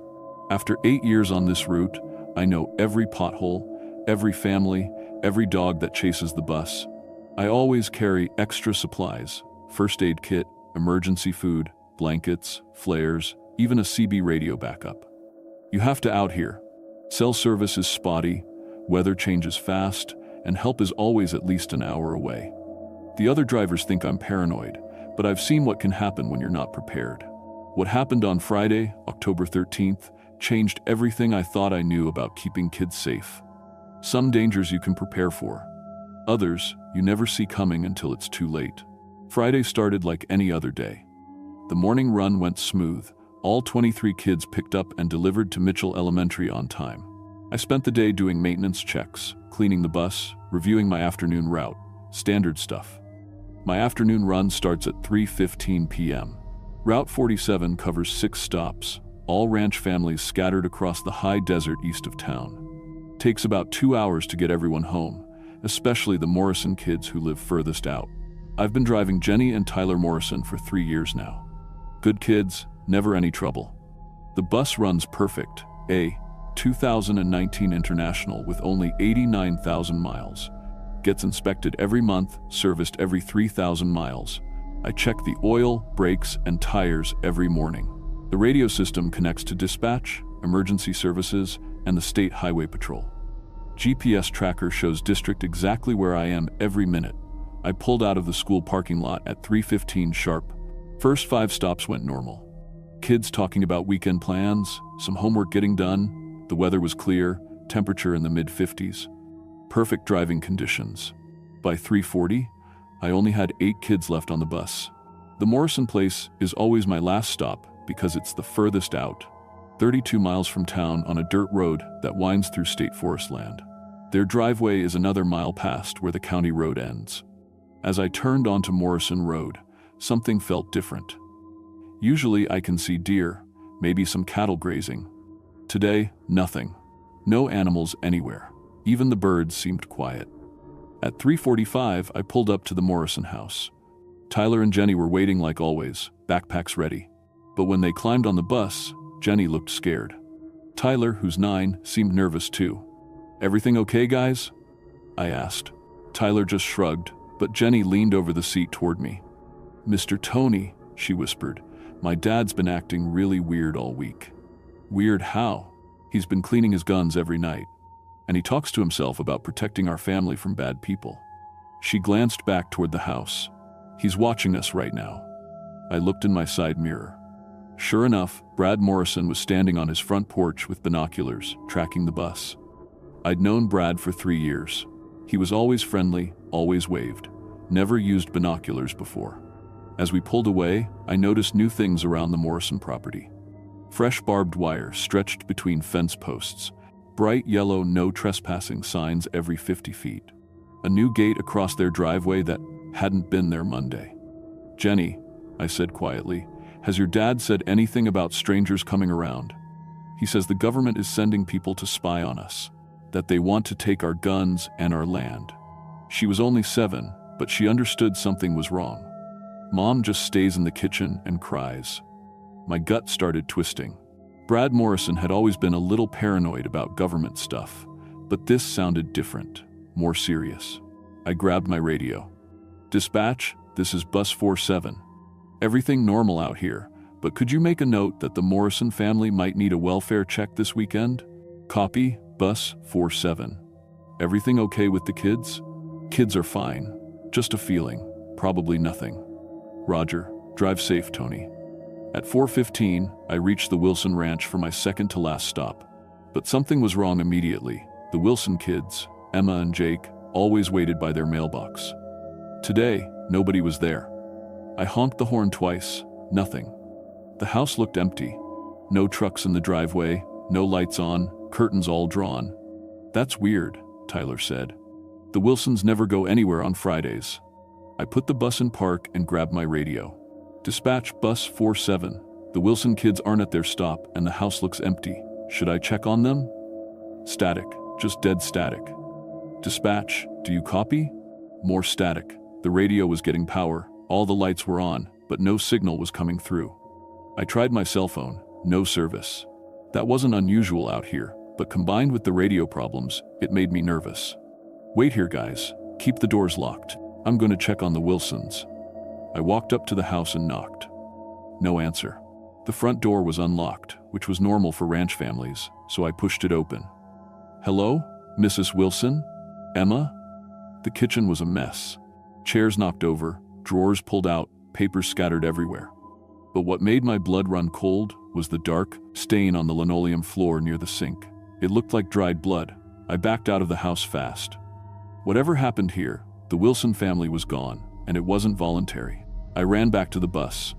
The kids could see on my face that something was seriously wrong. "We're skipping the last stop," I announced, trying to keep my voice calm, going straight back to town. "What about the Campbell kids?" Jenny asked. "I'll call their parents from town." I started the engine and swung the bus around. "Everyone, buckle up tight." But as we reached the main road, my headlights showed a problem. 3 large pine trees were lying across the road, completely blocking our path.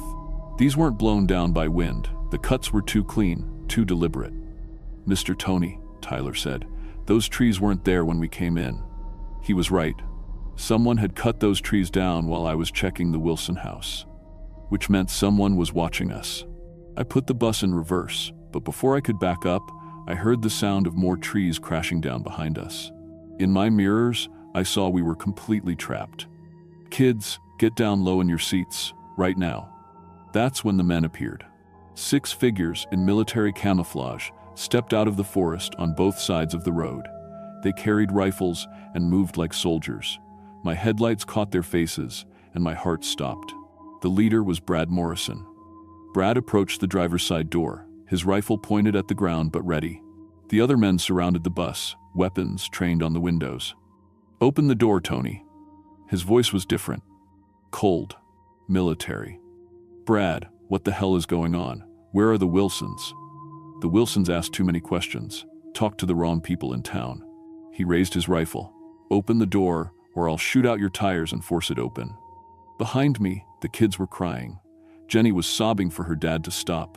I could fight, but 6 armed men against a bus full of kids wasn't odds I could take. I opened the door. Brad climbed aboard, followed by 2 other men. Up close, I could see they were wearing tactical gear, body armor, communication headsets, military-style boots. This wasn't some weekend militia playing soldier. These guys were serious. "Here's what's going to happen," Brad said, pointing his rifle at my chest. "You're going to drive where I tell you to drive. The kids are coming with us as insurance." "Insurance for what?" "We have an operation planned for Monday morning, Federal Building in Bend. These children guarantee that we get safe passage afterward." I felt sick. These men were terrorists, and they were using school kids as human shields. "Brad, you know these kids. Jenny is your own daughter. Jenny will be fine as long as everyone follows orders. But if anyone tries to be a hero," he gestured toward the other armed men. "Well, we've already dealt with the Wilson family." One of his men pointed a rifle at Tyler's head. The message was clear. "Now drive. Follow the old logging road north." For the next hour, I drove deeper into the national forest on roads I'd never seen before. The men kept their weapons ready and watched every move I made. Behind me, 8 terrified kids tried to stay quiet while their world fell apart. I kept talking to them softly. "It's going to be okay. We're just going on a little detour. Everyone, stay calm." But my mind was racing. These men had been planning this for weeks, maybe months. They'd surveilled the area, identified escape routes, even eliminated potential witnesses like the Wilson family. The only reason I was still alive was because they needed someone to drive the bus. At 6:30, we reached their camp. It was hidden in an abandoned mining operation from the 1972.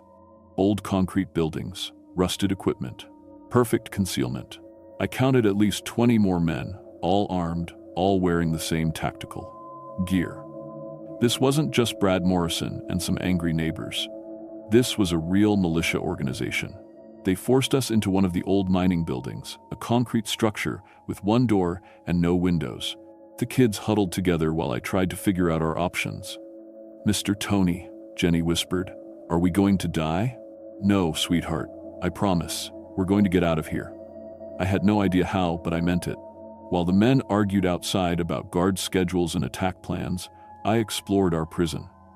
The building had been used for equipment storage. Old mining tools, generators, even some leftover dynamite from the original operation. That's when I got an idea. In the back corner, I found what I was looking for. An old ventilation shaft that connected to the main mine tunnel. It was narrow, barely wide enough for adults, but perfect for kids. "Listen carefully," I whispered to the group. "We're going to play a game of hide and seek. When I give you the signal, you're all going to crawl through that tunnel and come out about half a mile down the mountain." "What about you?" Tyler asked. "I'm going to create a distraction to give you time to escape." At 8 p.m., I put my plan into action. Using some of the old mining explosives and a timer from one of the generators, I set up a small charge in the building across the camp. Not enough to hurt anyone, just enough to draw attention. When it went off, every armed man in the camp ran toward the explosion. In the confusion, I got the kids into the tunnel. "Follow this all the way to the end," I told them. "When you get out, hide until morning. Search planes will find you." Jenny grabbed my hand. "Come with us. I can't fit through there, and someone needs to make sure you get away safely." The tunnel worked perfectly. By the time the militia realized what had happened, the kids were long gone. But now they were furious, and I was trapped. They beat me, demanding to know where the children went. When I wouldn't talk, they tied me up and brought out the dogs. I knew the kids would need time to get far enough away, so I broke free and ran in the opposite direction, making as much noise as possible. The dogs and half the militia followed my trail, just like I hoped. I led them on a chase through the forest for 2 hours before they cornered me at the edge of a cliff overlooking the crooked river. Below, the water was dark and moving fast. "End of the line," Brad Morrison said, raising his rifle. I thought about my own kids at home, about Jenny and Tyler and all the others I'd sworn to protect. Then I jumped. The fall nearly killed me. I hit the water hard, broke my left leg, and got swept downstream in the freezing current. But I survived. And more importantly, the kids had gotten away. Search helicopters found the children the next morning, exactly where I'd told them to hide. They were scared and cold, but alive. The FBI used their information to raid the militia camp, but Morrison and most of his men had already fled. They found me 12 hours later, 2 miles downstream, barely conscious from hypothermia and blood loss. Spent the next 3 months in the hospital, but I recovered. The investigation revealed a nationwide network of militia groups planning coordinated attacks on federal buildings. My kids' testimony helped convict 15 terrorists and prevented what could have been the worst domestic terror attack since Oklahoma City. Morrison was captured 6 months later in Idaho, planning another bombing. He's serving life in federal prison now. I still drive school buses, but everything's different. I carry GPS trackers, satellite phones, direct lines to the FBI. The kids from that day still keep in touch with me. They call me their hero, but honestly, they saved themselves by being brave when it mattered most. Some days, driving past the Morrison Ranch, I still get nightmares. But then I remember those 8 kids trusting me to get them home safe. And I did. That's what matters.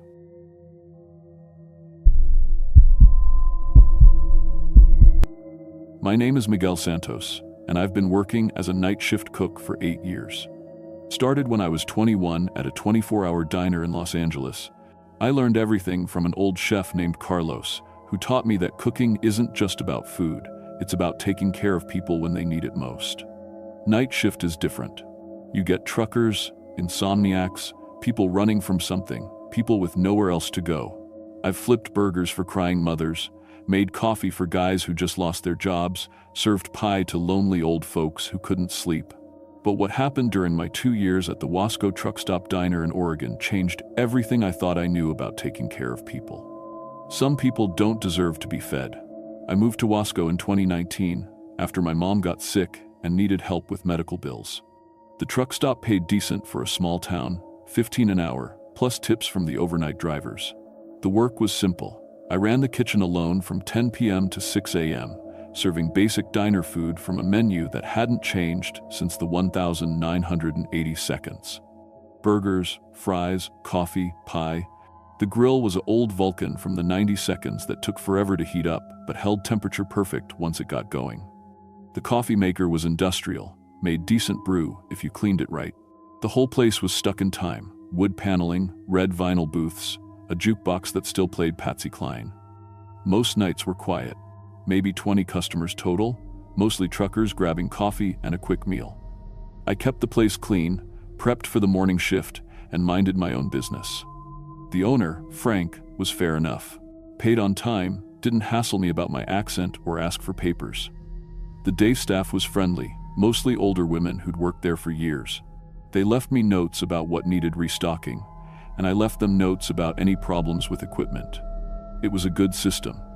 I kept to myself in Wasco, lived in a little apartment above the hardware store, sent most of my money home to California, saved what I could.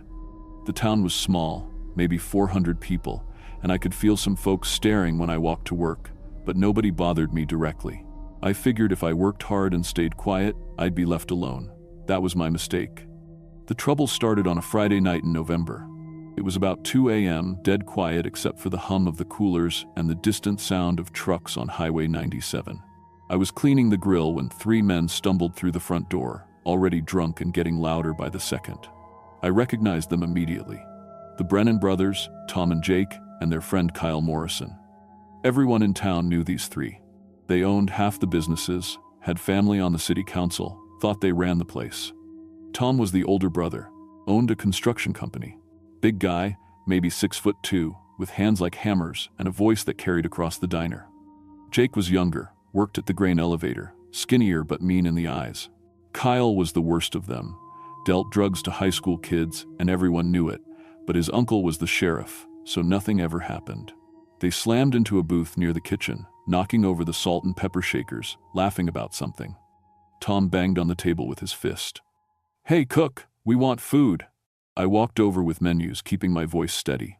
"What can I get you gentlemen tonight?" Jake looked me up and down, smirking. "Listen to that accent. Where you from, amigo?" "California," I said, setting down the menus. "Kitchen closes at 3, but I can make whatever's on the menu." "California," Kyle repeated, making his voice high and mocking. "Bet you swam here, right? Through the Rio Grande?" I felt my face get hot, but I kept calm. "I'll give you a few minutes to decide what you want." I started walking back to the kitchen, but Tom's voice stopped me. "Hold up there, Pedro. We didn't say you could leave. The smart thing would have been to call Frank or the sheriff. But the phone was in the back office, and these three were between me and the exit." I turned around. "It's Miguel," I said quietly, "and I need to know what you want to order." That's when Jake started laughing. "Miguel. Oh, excuse me, Miguel. We want the special, Miguel. What's the special tonight, Miguel?" They kept saying my name wrong, drawing it out, making it sound stupid. Kyle picked up the ketchup bottle and squeezed it onto the table, making a mess. Tom swept the sugar packets onto the floor. Jake started tearing up the menus. "Clean this up, Miguel," Tom said. "That's what you people do, right? Clean up messes?" I got the mop and started cleaning. My hands were shaking, but I tried to stay calm. "Just get through this," I told myself. "They'll get bored and leave." But they didn't leave. They got worse. Kyle grabbed my arm as I was mopping. "You know what I think, Miguel? I think you're here illegally. I think we should call ICE." "I'm a citizen," I said, trying to pull away. Jake stood up. "Prove it. Show us your papers. I don't have to show you anything." That's when Tom stood up too. All three of them were on their feet now, surrounding me. The mop fell out of my hands. "You calling us liars?" Tom said. "In our own town?" I tried to back toward the kitchen, but Kyle grabbed me by the shirt. "Where you going, wetback?" The word hit me like a slap. I'd heard it before, but not like this. Not with 3 men blocking my way out, not at 2 a.m. in an empty diner. "Please," I said. "Just order something or leave." Kyle shoved me hard. I stumbled back into Jake, who pushed me toward Tom. They were playing with me now, passing me around like a ball. "Please what?" Tom said. "Please, massa? That's what you people say, right?" I tried to push past them to get to the phone, but Kyle grabbed me from behind. His arm went around my throat, cutting off my air. Tom and Jake moved in, and I saw Tom's fist coming toward my face. Then everything went black. I woke up 3 days later in the hospital in the Dalles. Broken ribs, concussion, internal bleeding. The doctor said I was lucky to be alive. Someone had found me on the diner floor at 6 a.m. when the morning shift arrived. The 3 men were long gone. The sheriff came to see me, Kyle's uncle, a fat man named Brennan. "Different Brennan family," he said. "No relation to Tom and Jake." "Right. Now, Miguel," he said, pulling out a little notebook. "Tell me what happened." I told him everything. The names, the words they used, how they beat me unconscious. He wrote it all down, nodding like he cared. "Problem is," he said when I finished, "those boys tell a different story. They say you attacked them first. Say you came at Tom with a kitchen knife, and they had to defend themselves. Say you were drunk, probably on drugs. That's not true." He shrugged. "It's your word against theirs. No witnesses. Security camera was broken that night. Real convenient, huh? And these are good families, Miguel. Respected families. Been here for generations. So, nothing happens to them? Well, now I didn't say that. I'll investigate.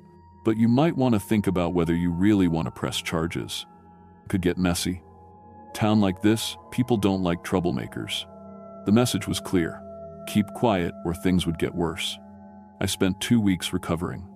Frank held my job, but he made it clear he didn't want any more trouble. "Just cook the food and mind your business," he said. "Don't give anyone a reason to complain." When I came back to work, everything looked the same. Same grill, same coffee maker, same red vinyl booths. But it felt different. The diner felt smaller, like the walls were closing in. Every time the door opened, I jumped. Every footstep outside made my heart race. But mostly, I was angry. Not just angry, burning inside like the grill on high heat. These 3 men had beaten me half to death, and they were walking around free, laughing about it probably, telling their friends how they put the Mexican in his place. The anger kept me awake during the day. I'd lie in my little apartment, staring at the ceiling, thinking about Tom and Jake and Kyle, thinking about how they looked when they surrounded me, thinking about the words they used, thinking about Sheriff Brennan's fat face when he told me to keep quiet. I started paying attention to things. Small things, like how Kyle came to the diner every Tuesday night around 1 a.m., usually high, always alone. How Tom's construction trucks parked behind the grain elevator when they worked late. How Jake drove the same route home every night, past the old railroad bridge where the road got narrow and dark. I started keeping a notebook. Not for recipes, for information. Kyle sold meth to kids behind the high school gym on Thursday nights. Tom's construction company used cheap materials that didn't meet code. Jake was skimming money from the grain elevator, taking cash payments and not recording them. In a small town, people talk, and night shift workers hear everything. Truckers know which sheriff takes bribes. Waitresses know which city councilman beats his wife. Insomniacs know which businesses are money laundering. When you're invisible like I was, people forget you're listening. It took me 3 months to gather enough evidence on Kyle. Photos of him selling drugs, license plates of his buyers, records of his deals. I sent it all to the state police anonymously. They arrested him on a Wednesday morning with enough meth to charge him with trafficking. But that wasn't enough. While Kyle was in jail waiting for trial, I broke into his house. It was easy. Kyle was stupid, hid his spare key under a fake rock by the front door. I planted a hard drive full of child pornography in his computer, then called in an anonymous tip about suspicious internet activity. When Kyle made bail, the police were waiting. They found the planted evidence and arrested him again. This time, no bail. The federal prosecutor said Kyle was looking at 15 years minimum, 1 down. Tom's construction company was next. I knew which buildings he was working on, which shortcuts he took to save money. I documented everything.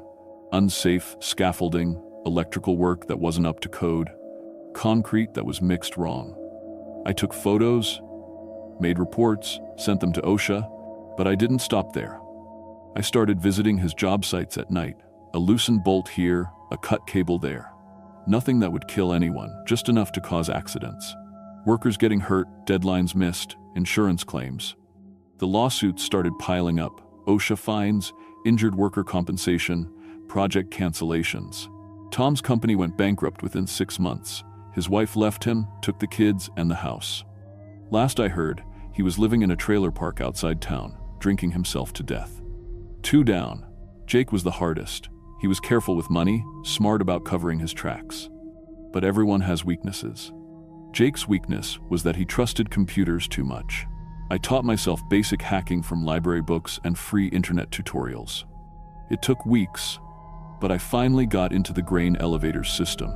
I found Jake's skimming operation. It's BSS. He was stealing about $500 a week, small amounts that he thought nobody would notice. I made it look bigger, much bigger. I created fake transactions, altered records, made it seem like Jake had stolen almost $50,000 over 2 years. Then, I sent the evidence to the company's head office in Portland. Jake was fired and arrested within a week. The prosecutor was talking about 5 years in prison, plus restitution he'd never be able to pay. 3 down. But destroying their lives wasn't enough. I wanted them to hurt the way they'd hurt me. I wanted them to be afraid. I took Tom first. Grabbed him outside his trailer one night when he was too drunk to fight back. Drove him to an abandoned barn about 10 miles outside town, the kind of place where nobody would hear screaming. I tied him to a chair and waited for him to sober up. When he came around, I was sitting across from him, wearing the same apron I wore at the diner. "Remember me, Tom?" His eyes went wide. He started struggling against the ropes, but I'd tied them tight. "Miguel, what the hell? Let me go." "You remember what you called me that night? The names you used?" "That was just, we were drunk, man. We didn't mean nothing by it." I pulled out a package of raw hamburger meat. It was old, green around the edges, smelled like death. I'd been keeping it in my car for a week, letting it rot. "You said I was supposed to clean up messes," I said. "Well, here's your mess." I forced the rotten meat down his throat.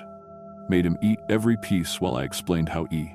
coli works, how it attacks the intestines, how it can shut down your kidneys if you get enough of it.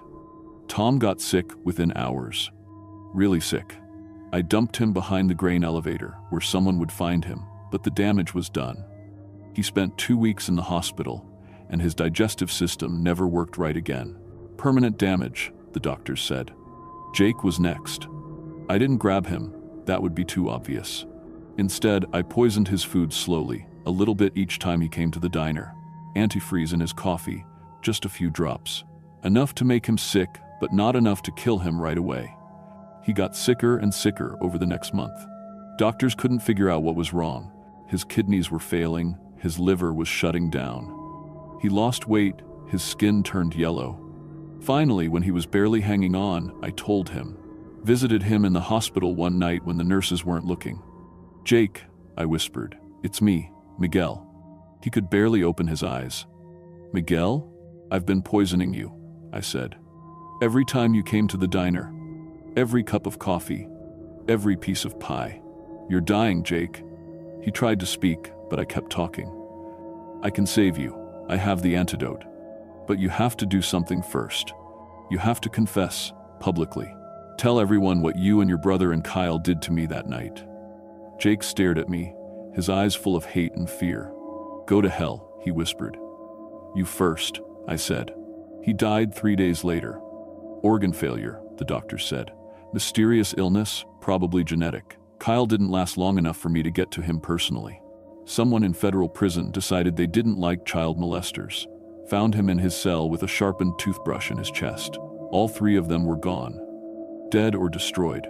I should have felt satisfied, happy, like justice had been served. Instead, I felt empty.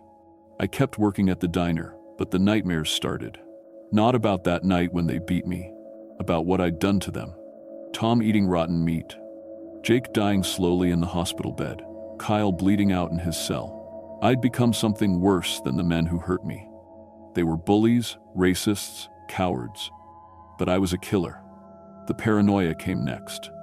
Every customer looked suspicious. Every phone call might be the police. Every knock on my door might be federal agents. I started seeing patterns that weren't there, hearing conversations that weren't real. Other people in town started talking too. 3 men from the same group of friends, all dead or ruined within a year. The only connection was me, the Mexican cook they'd beaten up right before their lives fell apart. Sheriff Brennan started coming to the diner more often. He'd order coffee and sit in the booth where his nephews had sat that night, watching me work. Never said anything directly, but I could feel him building a case in his head. I couldn't sleep, couldn't eat, couldn't think about anything, except what I'd done and what was coming. I tried to leave Wasco, packed my bags twice, but I couldn't make myself drive away. The guilt was too heavy, dragging me down like an anchor. Finally, I went to see Father Martinez at the Catholic Church. Told him everything in confession. Death, the beating, the investigation, the revenge, the murders, everything. "My son," he said when I finished, "you have to turn yourself in, I know. What you did to those men, it won't bring you peace. And keeping it secret will destroy your soul. I know that too." I drove to the state police barracks in the Dalles the next morning, walked in and asked to speak to a detective. Told them I wanted to confess to 3 murders and provide evidence of corruption in Wasco. The trial lasted 6 months. Everything came out, the original assault, the cover-up by local authorities, my investigation and revenge. The media called it a case study in how injustice creates vigilantes. The jury found me guilty of 2 counts of first-degree murder and multiple other charges. The judge gave me life without parole, but he also ordered a federal investigation into Wasco's government and police department. Sheriff Brennan was arrested for corruption. 3 city council members lost their jobs. The whole power structure that had protected Tom, Jake, and Kyle came crashing down. I'm writing this from my cell at the Oregon State Penitentiary. I've been here for 3 years now. Some days I think about what might have happened if I'd just left town after the beating. Moved somewhere else, started over, let the anger go. But most days, I think about the choice I made. I chose revenge over justice, violence over law, hatred over healing. I became a monster to fight monsters, and in the end, I was the only one left standing in a room full of corpses. If you're reading this and someone has hurt you, wronged you, made you feel powerless, I understand that anger. I understand wanting them to pay. But take it from someone who got his revenge. It doesn't heal anything. It just makes more monsters. Choose justice, choose law, choose healing. Choose to stay human. Because once you cross that line, there's no coming back.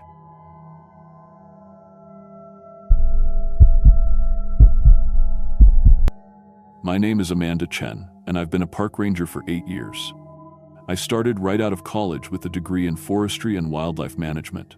I've handled everything from bear encounters to search and rescue operations in the Oregon wilderness.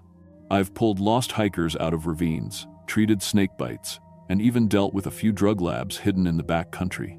But what happened during my first winter season at Sisters State Park changed everything I thought I knew about protecting people from the dangers in the woods. You see, some dangers aren't in any ranger manual. It was October 2019 when I got transferred to Sisters State Park. The previous ranger, Mike Harrison, had put in for early retirement after 23 years on the job. My supervisor, District Manager Carol Webb, said Mike seemed burned out and needed a change. The park was small, only 847 acres, but it stayed busy most of the year with campers and day hikers. "You'll love the winter months," Carol told me during my briefing. "Park gets real quiet. Just you, the wildlife, and maybe a few hardy campers on weekends. Perfect time to catch up on maintenance reports and trail surveys."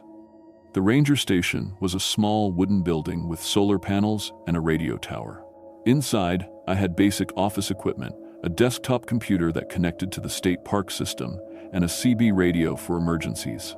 My truck was a 2016 Ford F-150 with 4-wheel drive, equipped with first aid supplies, emergency flares, and a spotlight for night patrols.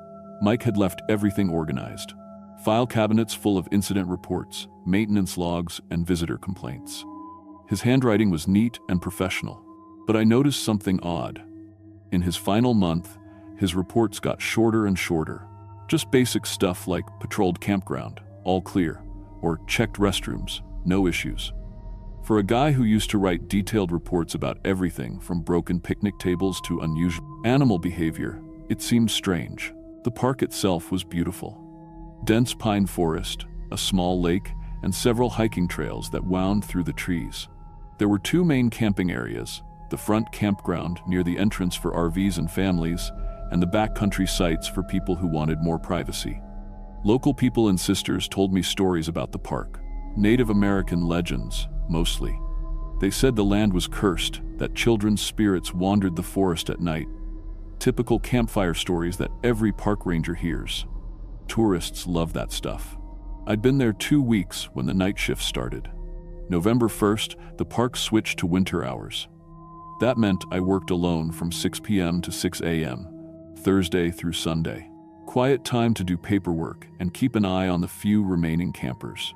The first week of night shifts was exactly what Carol promised. Peaceful. I'd drive the loop road every 2 hours, check the bathrooms, make sure the campers were following fire regulations. Maybe see a deer or 2 in my headlights. Normal stuff. But on my 8th night shift, I started finding the handprints. I came out to my truck Thursday morning, ready to head home after a quiet night. The sun was just coming up, and there was dew on everything. That's when I saw them, small handprints on my driver's side window. Clear as day in the morning moisture. They looked like kids' handprints, but something was wrong. I counted the fingers, 6 on each hand.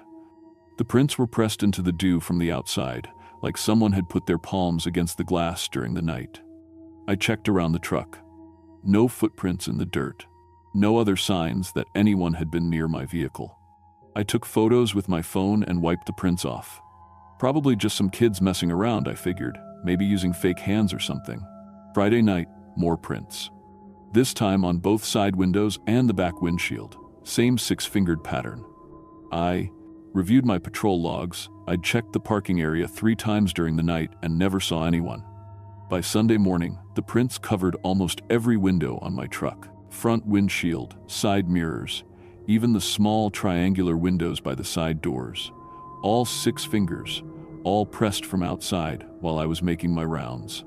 I decided to set up surveillance. I borrowed a trail camera system from the equipment shed. 3 wireless cameras that could record in infrared and send alerts to my phone. I set them up around the parking area on Tuesday, covering every angle of my truck. Wednesday night, I checked the camera feeds every hour on my phone. Nothing. Just empty parking lot and my truck sitting under the LED security light. Thursday morning, handprints again. But here's the weird part. When I reviewed the camera footage, the handprints showed up. You could see them appearing on the windows during the night, clear as day. But no one was making them. No person, no animal, nothing. The prints just appeared on their own. I called Carol Webb and explained the situation. She suggested checking for bear activity or maybe teenagers with some kind of prank setup. I told her I'd already considered that, but the cameras would have caught any physical presence. Equipment malfunction, she said. Those trail cameras glitch all the time. I'll send a tech out next week to check your surveillance system. That weekend, I decided to research the local history. If there really were legends about children's spirits, maybe there was some truth behind the stories. I went to the Sisters Historical Society and asked about the parkland. What I found changed everything. The librarian, an elderly woman named Ruth Morrison, pulled out a folder of old newspaper clippings and photographs. In 1847, a group of Paiute families had been living in the area when white settlers arrived. Within months, a strange disease broke out among the tribal children. The newspaper accounts described symptoms I'd never heard of. Children developing extra fingers and toes, growing additional limbs, their body temperature shooting up to dangerous levels, but they kept living.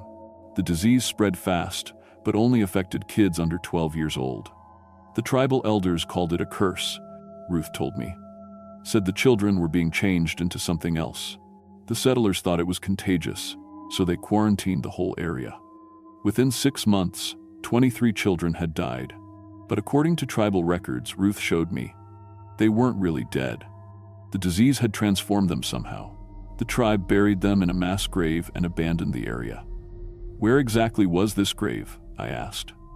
Ruth pulled out a 1,847 survey map and compared it to a modern topographical map of the park.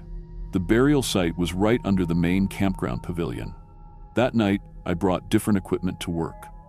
I'd borrowed a medical scanner from Dr. Sarah Kim at the Sisters Clinic, EGD, a handheld device that could detect body heat and heart rates through thermal imaging. If something was really out there, this would find it. Around 11 p.m., the scanner started picking up signals. Heat signatures appeared around the campground, small, child-sized, but moving too fast. Normal human body temperature is 98.6 degrees. These readings showed 103 to 105 degrees. Heart rates over 150 beats per minute. Whatever was out there was alive, but not normal. I followed the signals toward the old campground area.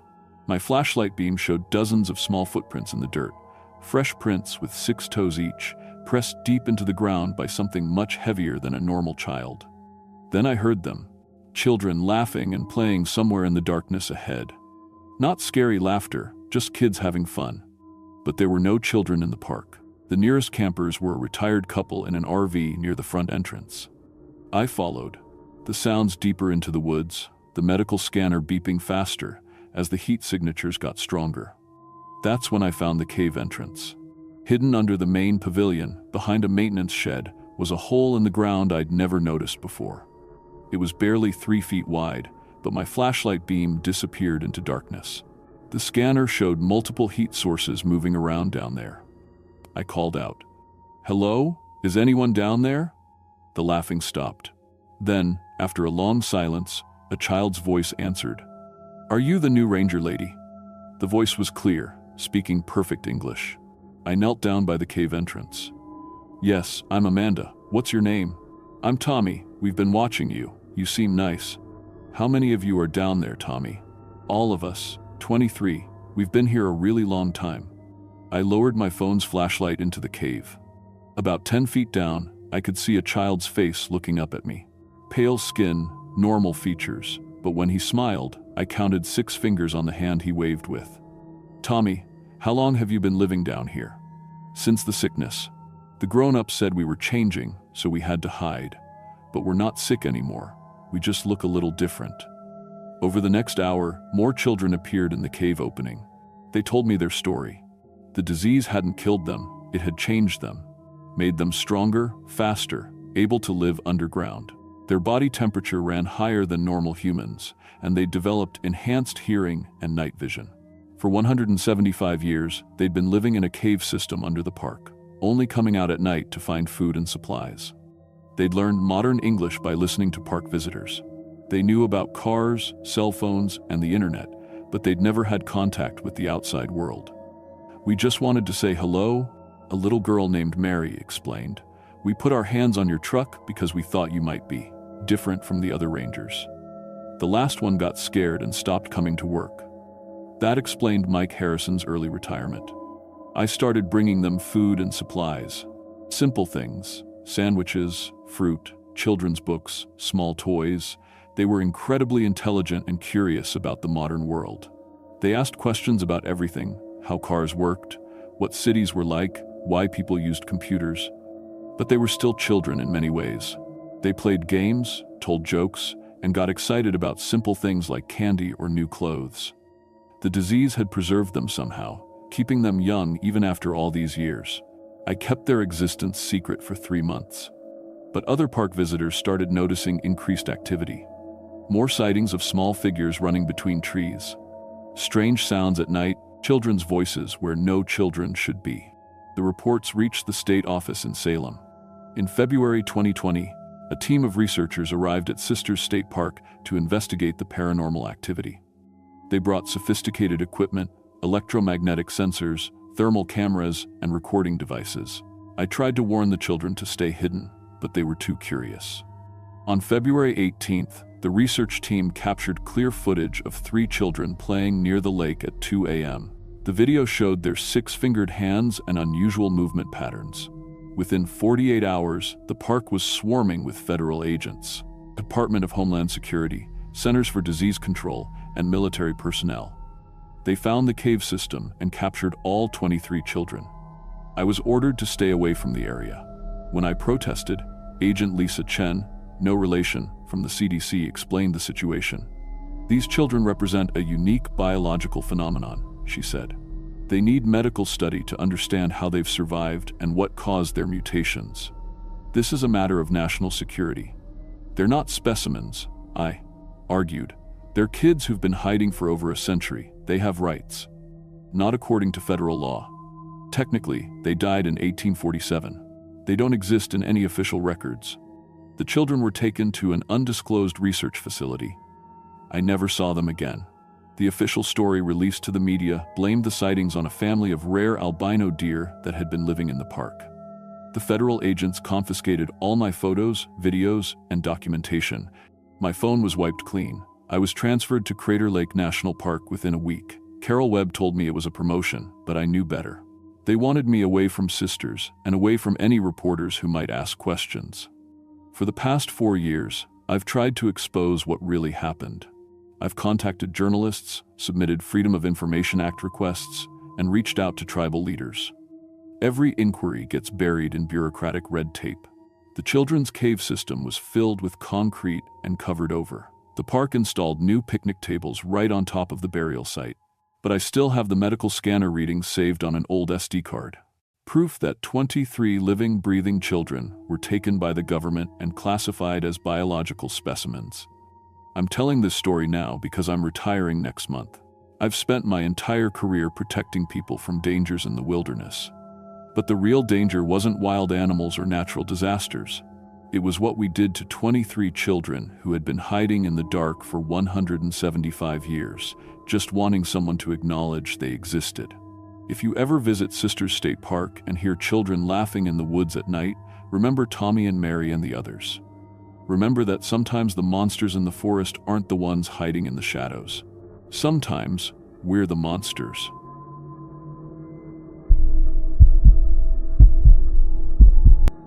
My name is Rosa Martinez, and I've been cutting hair for 15 years. I started as an apprentice right out of high school, working at a fancy salon in Portland.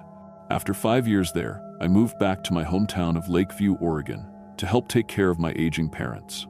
I've handled everything from bridezillas demanding impossible hairstyles to fixing terrible home dye jobs that looked like rainbow disasters.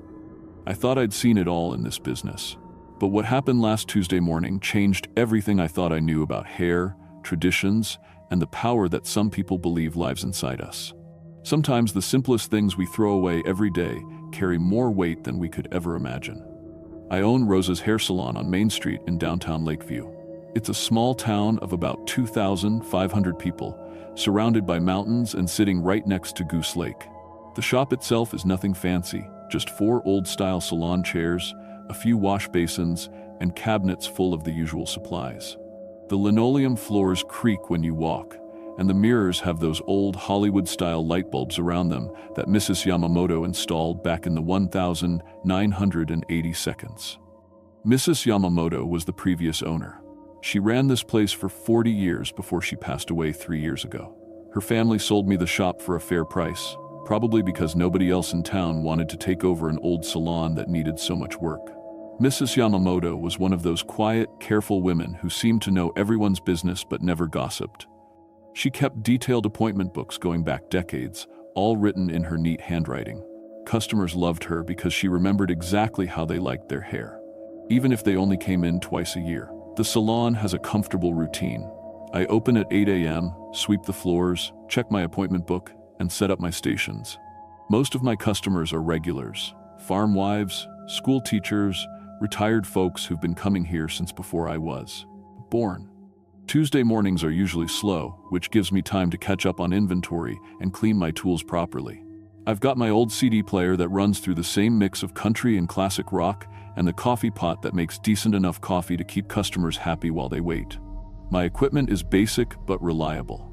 3 blow dryers that are probably 15 years old but still work fine. Electric clippers with various guards for men's cuts. A good set of scissors that I keep sharp and clean. 2 hair washing sinks with those black rubber necks that customers always complain are too hard. The hydraulic chairs pump up and down with that familiar whooshing sound. Everything smells like shampoo, hairspray, and that blue disinfectant solution I keep my combs in. Last Tuesday started like any other morning. I unlocked the front door at exactly 8 a.m., flipped the sign to open, and started my usual routine. The weather was typical for March in Oregon, Mrs. 2. Gray skies and a light drizzle that made everything look washed out. I had 3 appointments scheduled. Mrs. Foster at 9 a.m., Jenny Robinson at 11 a.m. for highlights, and old Mr. Peterson at 2 p.m. for his monthly trim. Mrs. Foster has been coming in every Tuesday for the past year, ever since I took over the shop. She's probably in her 70s, always wears the same brown wool coat, and usually talks about her grandchildren or complains about the weather. She gets a simple wash and set, nothing fancy, just the kind of style that older ladies prefer. She's always been one of my easier customers, never asks for dramatic changes, always pays in exact cash, and tips exactly $2 every time. But when she walked in that Tuesday morning, something felt different about her. She seemed nervous, kept looking around the shop like she'd never been there before. Her hands were shaking a little when she hung up her coat, and she wouldn't make eye contact with me in the mirror while I got her settled in. The chair. "The usual today, Mrs. Foster?" I asked, draping the plastic cape around her shoulders. She nodded but didn't say anything. Usually she chatted non-stop from the moment she sat down. I led her over to the washing sink and started running the water, testing the temperature on my wrist, like always. The warm water seemed to relax her a little, and I began working the shampoo through her thin gray hair. "Rosa," she said quietly, so quiet I almost couldn't hear her over the running water. "We need to talk about something important." I kept massaging the shampoo into her scalp. "Of course, Mrs. Foster. What's on your mind?" She was quiet for a long moment while I rinsed her hair. When I wrapped a towel around her head and helped her back to the styling chair, she finally spoke again. "You need to stop throwing away the hair." she whispered. I paused with my comb halfway through her wet hair. I'm sorry, what do you mean? The hair you cut off. You've been throwing it away, haven't you? Just sweeping it up and putting it in the trash like it's nothing. I felt confused. Well, yes, that's what you do with cut hair. What else would I do with it? Mrs. Foster's face went pale in the mirror. Oh no, oh Rosa, no, Mrs. Yamamoto never told you about the special arrangement. Special arrangement? What special arrangement? She started wringing her hands in her lap. Some of us, certain families in town, our hair was never supposed to be thrown away. Mrs. Yamamoto understood. She had a system. I stopped cutting and looked at her reflection. Mrs. Foster, I don't understand what you're talking about. The back room, she said. Did you ever look in the back room? Really look? I had been in the back room hundreds of times. It's where I store extra supplies, old equipment, and cleaning materials. But now that she mentioned it, I realized I'd never really examined everything back there. When I bought the place, Mrs. Yamamoto's family had cleaned out most of her personal items, but they left behind boxes of old salon supplies that I figured I'd sort through eventually. You need to check, Mrs. Foster said urgently, before more bad things happen to people. What bad things? But she clammed up after that, wouldn't say another word about it. I finished her haircut in uncomfortable silence, and she paid and left quickly without her usual small talk. After she was gone, I walked to the back room and really looked around for the first time. Most of the space was taken up by shelves of shampoo bottles, boxes of hair color, and old equipment covered in dust. But in the far corner, behind a stack of boxes, I found something I'd never noticed before. It was a tall metal cabinet with dozens of small drawers, like the kind you might see in an old library for organizing files. Each drawer had a handwritten label with a name and dates. I pulled open the first drawer and found a clear plastic bag filled with hair. Gray hair, carefully braided and tied with a small piece of string. The label read, Margaret Chen, 1987 to 2003. I opened drawer after drawer. Each one contained a similar bag of hair with names I recognized, families that had lived in Lakeview for generations. The Watson family, the Martinez family, the Black Feathers. Some of the dates went back to the 1960 seconds. There were dozens of them, all carefully organized and preserved. My hands were shaking as I realized what this meant. For decades, Mrs. Yamamoto had been collecting and saving the hair of certain customers instead of throwing it away. But why? And how was I supposed to know which customers were part of this, whatever this was? I locked up the salon early and drove straight to the library. If there was some kind of local tradition I didn't know about, maybe I could find information there. The librarian, Miss Patterson, had lived in Lakeview her whole life. If anyone would know about this, it would be her. Oh honey, she said when I described what I'd found. You really didn't know about the old traditions? She led me to a section of local history books and pulled out a thin volume about the Klamath tribes who originally lived in this area. She flipped to a chapter about spiritual beliefs and pointed to a paragraph about hair. Many Native American tribes believe that hair holds spiritual power. She read aloud. Cutting hair can weaken a person's spiritual protection, so it must be disposed of properly through ceremonial burial in sacred ground. For tribal members living in modern communities, traditional practices were often maintained quietly through arrangements with trusted community members. My stomach dropped. Are you saying that Mrs. Yamamoto was helping people follow their religious traditions? Miss Patterson nodded. There are several families in town with Klamath ancestry. Not everyone talks about it openly, but the old beliefs are still important to some people. Mrs. Yamamoto was very respectful of different traditions. I felt sick. What happens if someone's hair isn't buried properly? According to the beliefs, it leaves the person spiritually vulnerable. Bad luck, accidents, illness. Things that could have been prevented if their spiritual protection was intact. I drove home in a daze, my mind racing through all the haircuts I'd given over the past year. How many customers' hair had I thrown away that should have been saved? How many people had I unknowingly put at risk? That evening, I called Mrs. Foster. She answered on the first ring, like she'd been waiting for my call. Rosa, did you find the cabinet? Mrs. Foster, I need to understand what's happening. Whose hair was I supposed to save? She was quiet for a moment. The families with the old blood, The Watsons, the Martinez family, not family, but the Martinez family that's been here since the 1800s, not your family, dear. The Blackfeathers, obviously, the Chens, a few others, we all have Klamath ancestry, and some of us still follow the old ways. Why didn't anyone tell me? Mrs. Yamamoto never told us she was going to sell the shop. When she got sick, it happened so fast. We hoped you would just continue what she was doing. I felt terrible. Mrs. Foster, I've been throwing hair away for a year. What does that mean for your families? Her voice got very small. Rosa, the Watson family lost both their children in that car accident last month, Tommy and Sarah, just 17 and 19 years old. That intersection has been safe for 50 years, but their car slid right into that tree. My blood ran cold. I remembered cutting Tommy's hair for his senior pictures in January. I remembered Sarah getting highlights for her birthday in December. Their hair had gone straight into my trash bag. The Martinez farm has been in that family for 4 generations, Mrs. Foster continued. This year, nothing will grow. The soil tests come back fine, but every crop they plant just dies. They might lose the farm. I had cut hair for 3 different Martinez family members over the past year. All of it thrown away. Mrs. Foster, what can I do? How do I fix this? You need to talk to Joe Blackfeather. He knows the old ceremonies. Maybe there's still time to make things right. I met Joe Blackfeather the next morning at his house on the outskirts of town. He was probably in his 80s, with long gray hair braided down his back and eyes that seemed to see right through me. His living room was filled with Native American art and the smell of sage.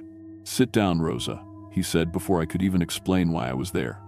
Mrs. Foster already called me. Mr. Blackfeather, I had no idea about any of this. I never meant to disrespect anyone's beliefs. He nodded slowly.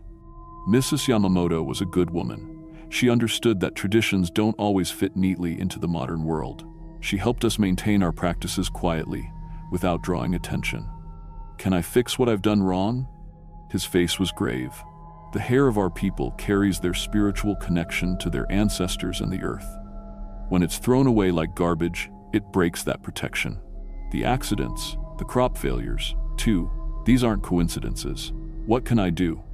Normally, we would collect the discarded hair and bury it properly with ceremonies at the sacred site.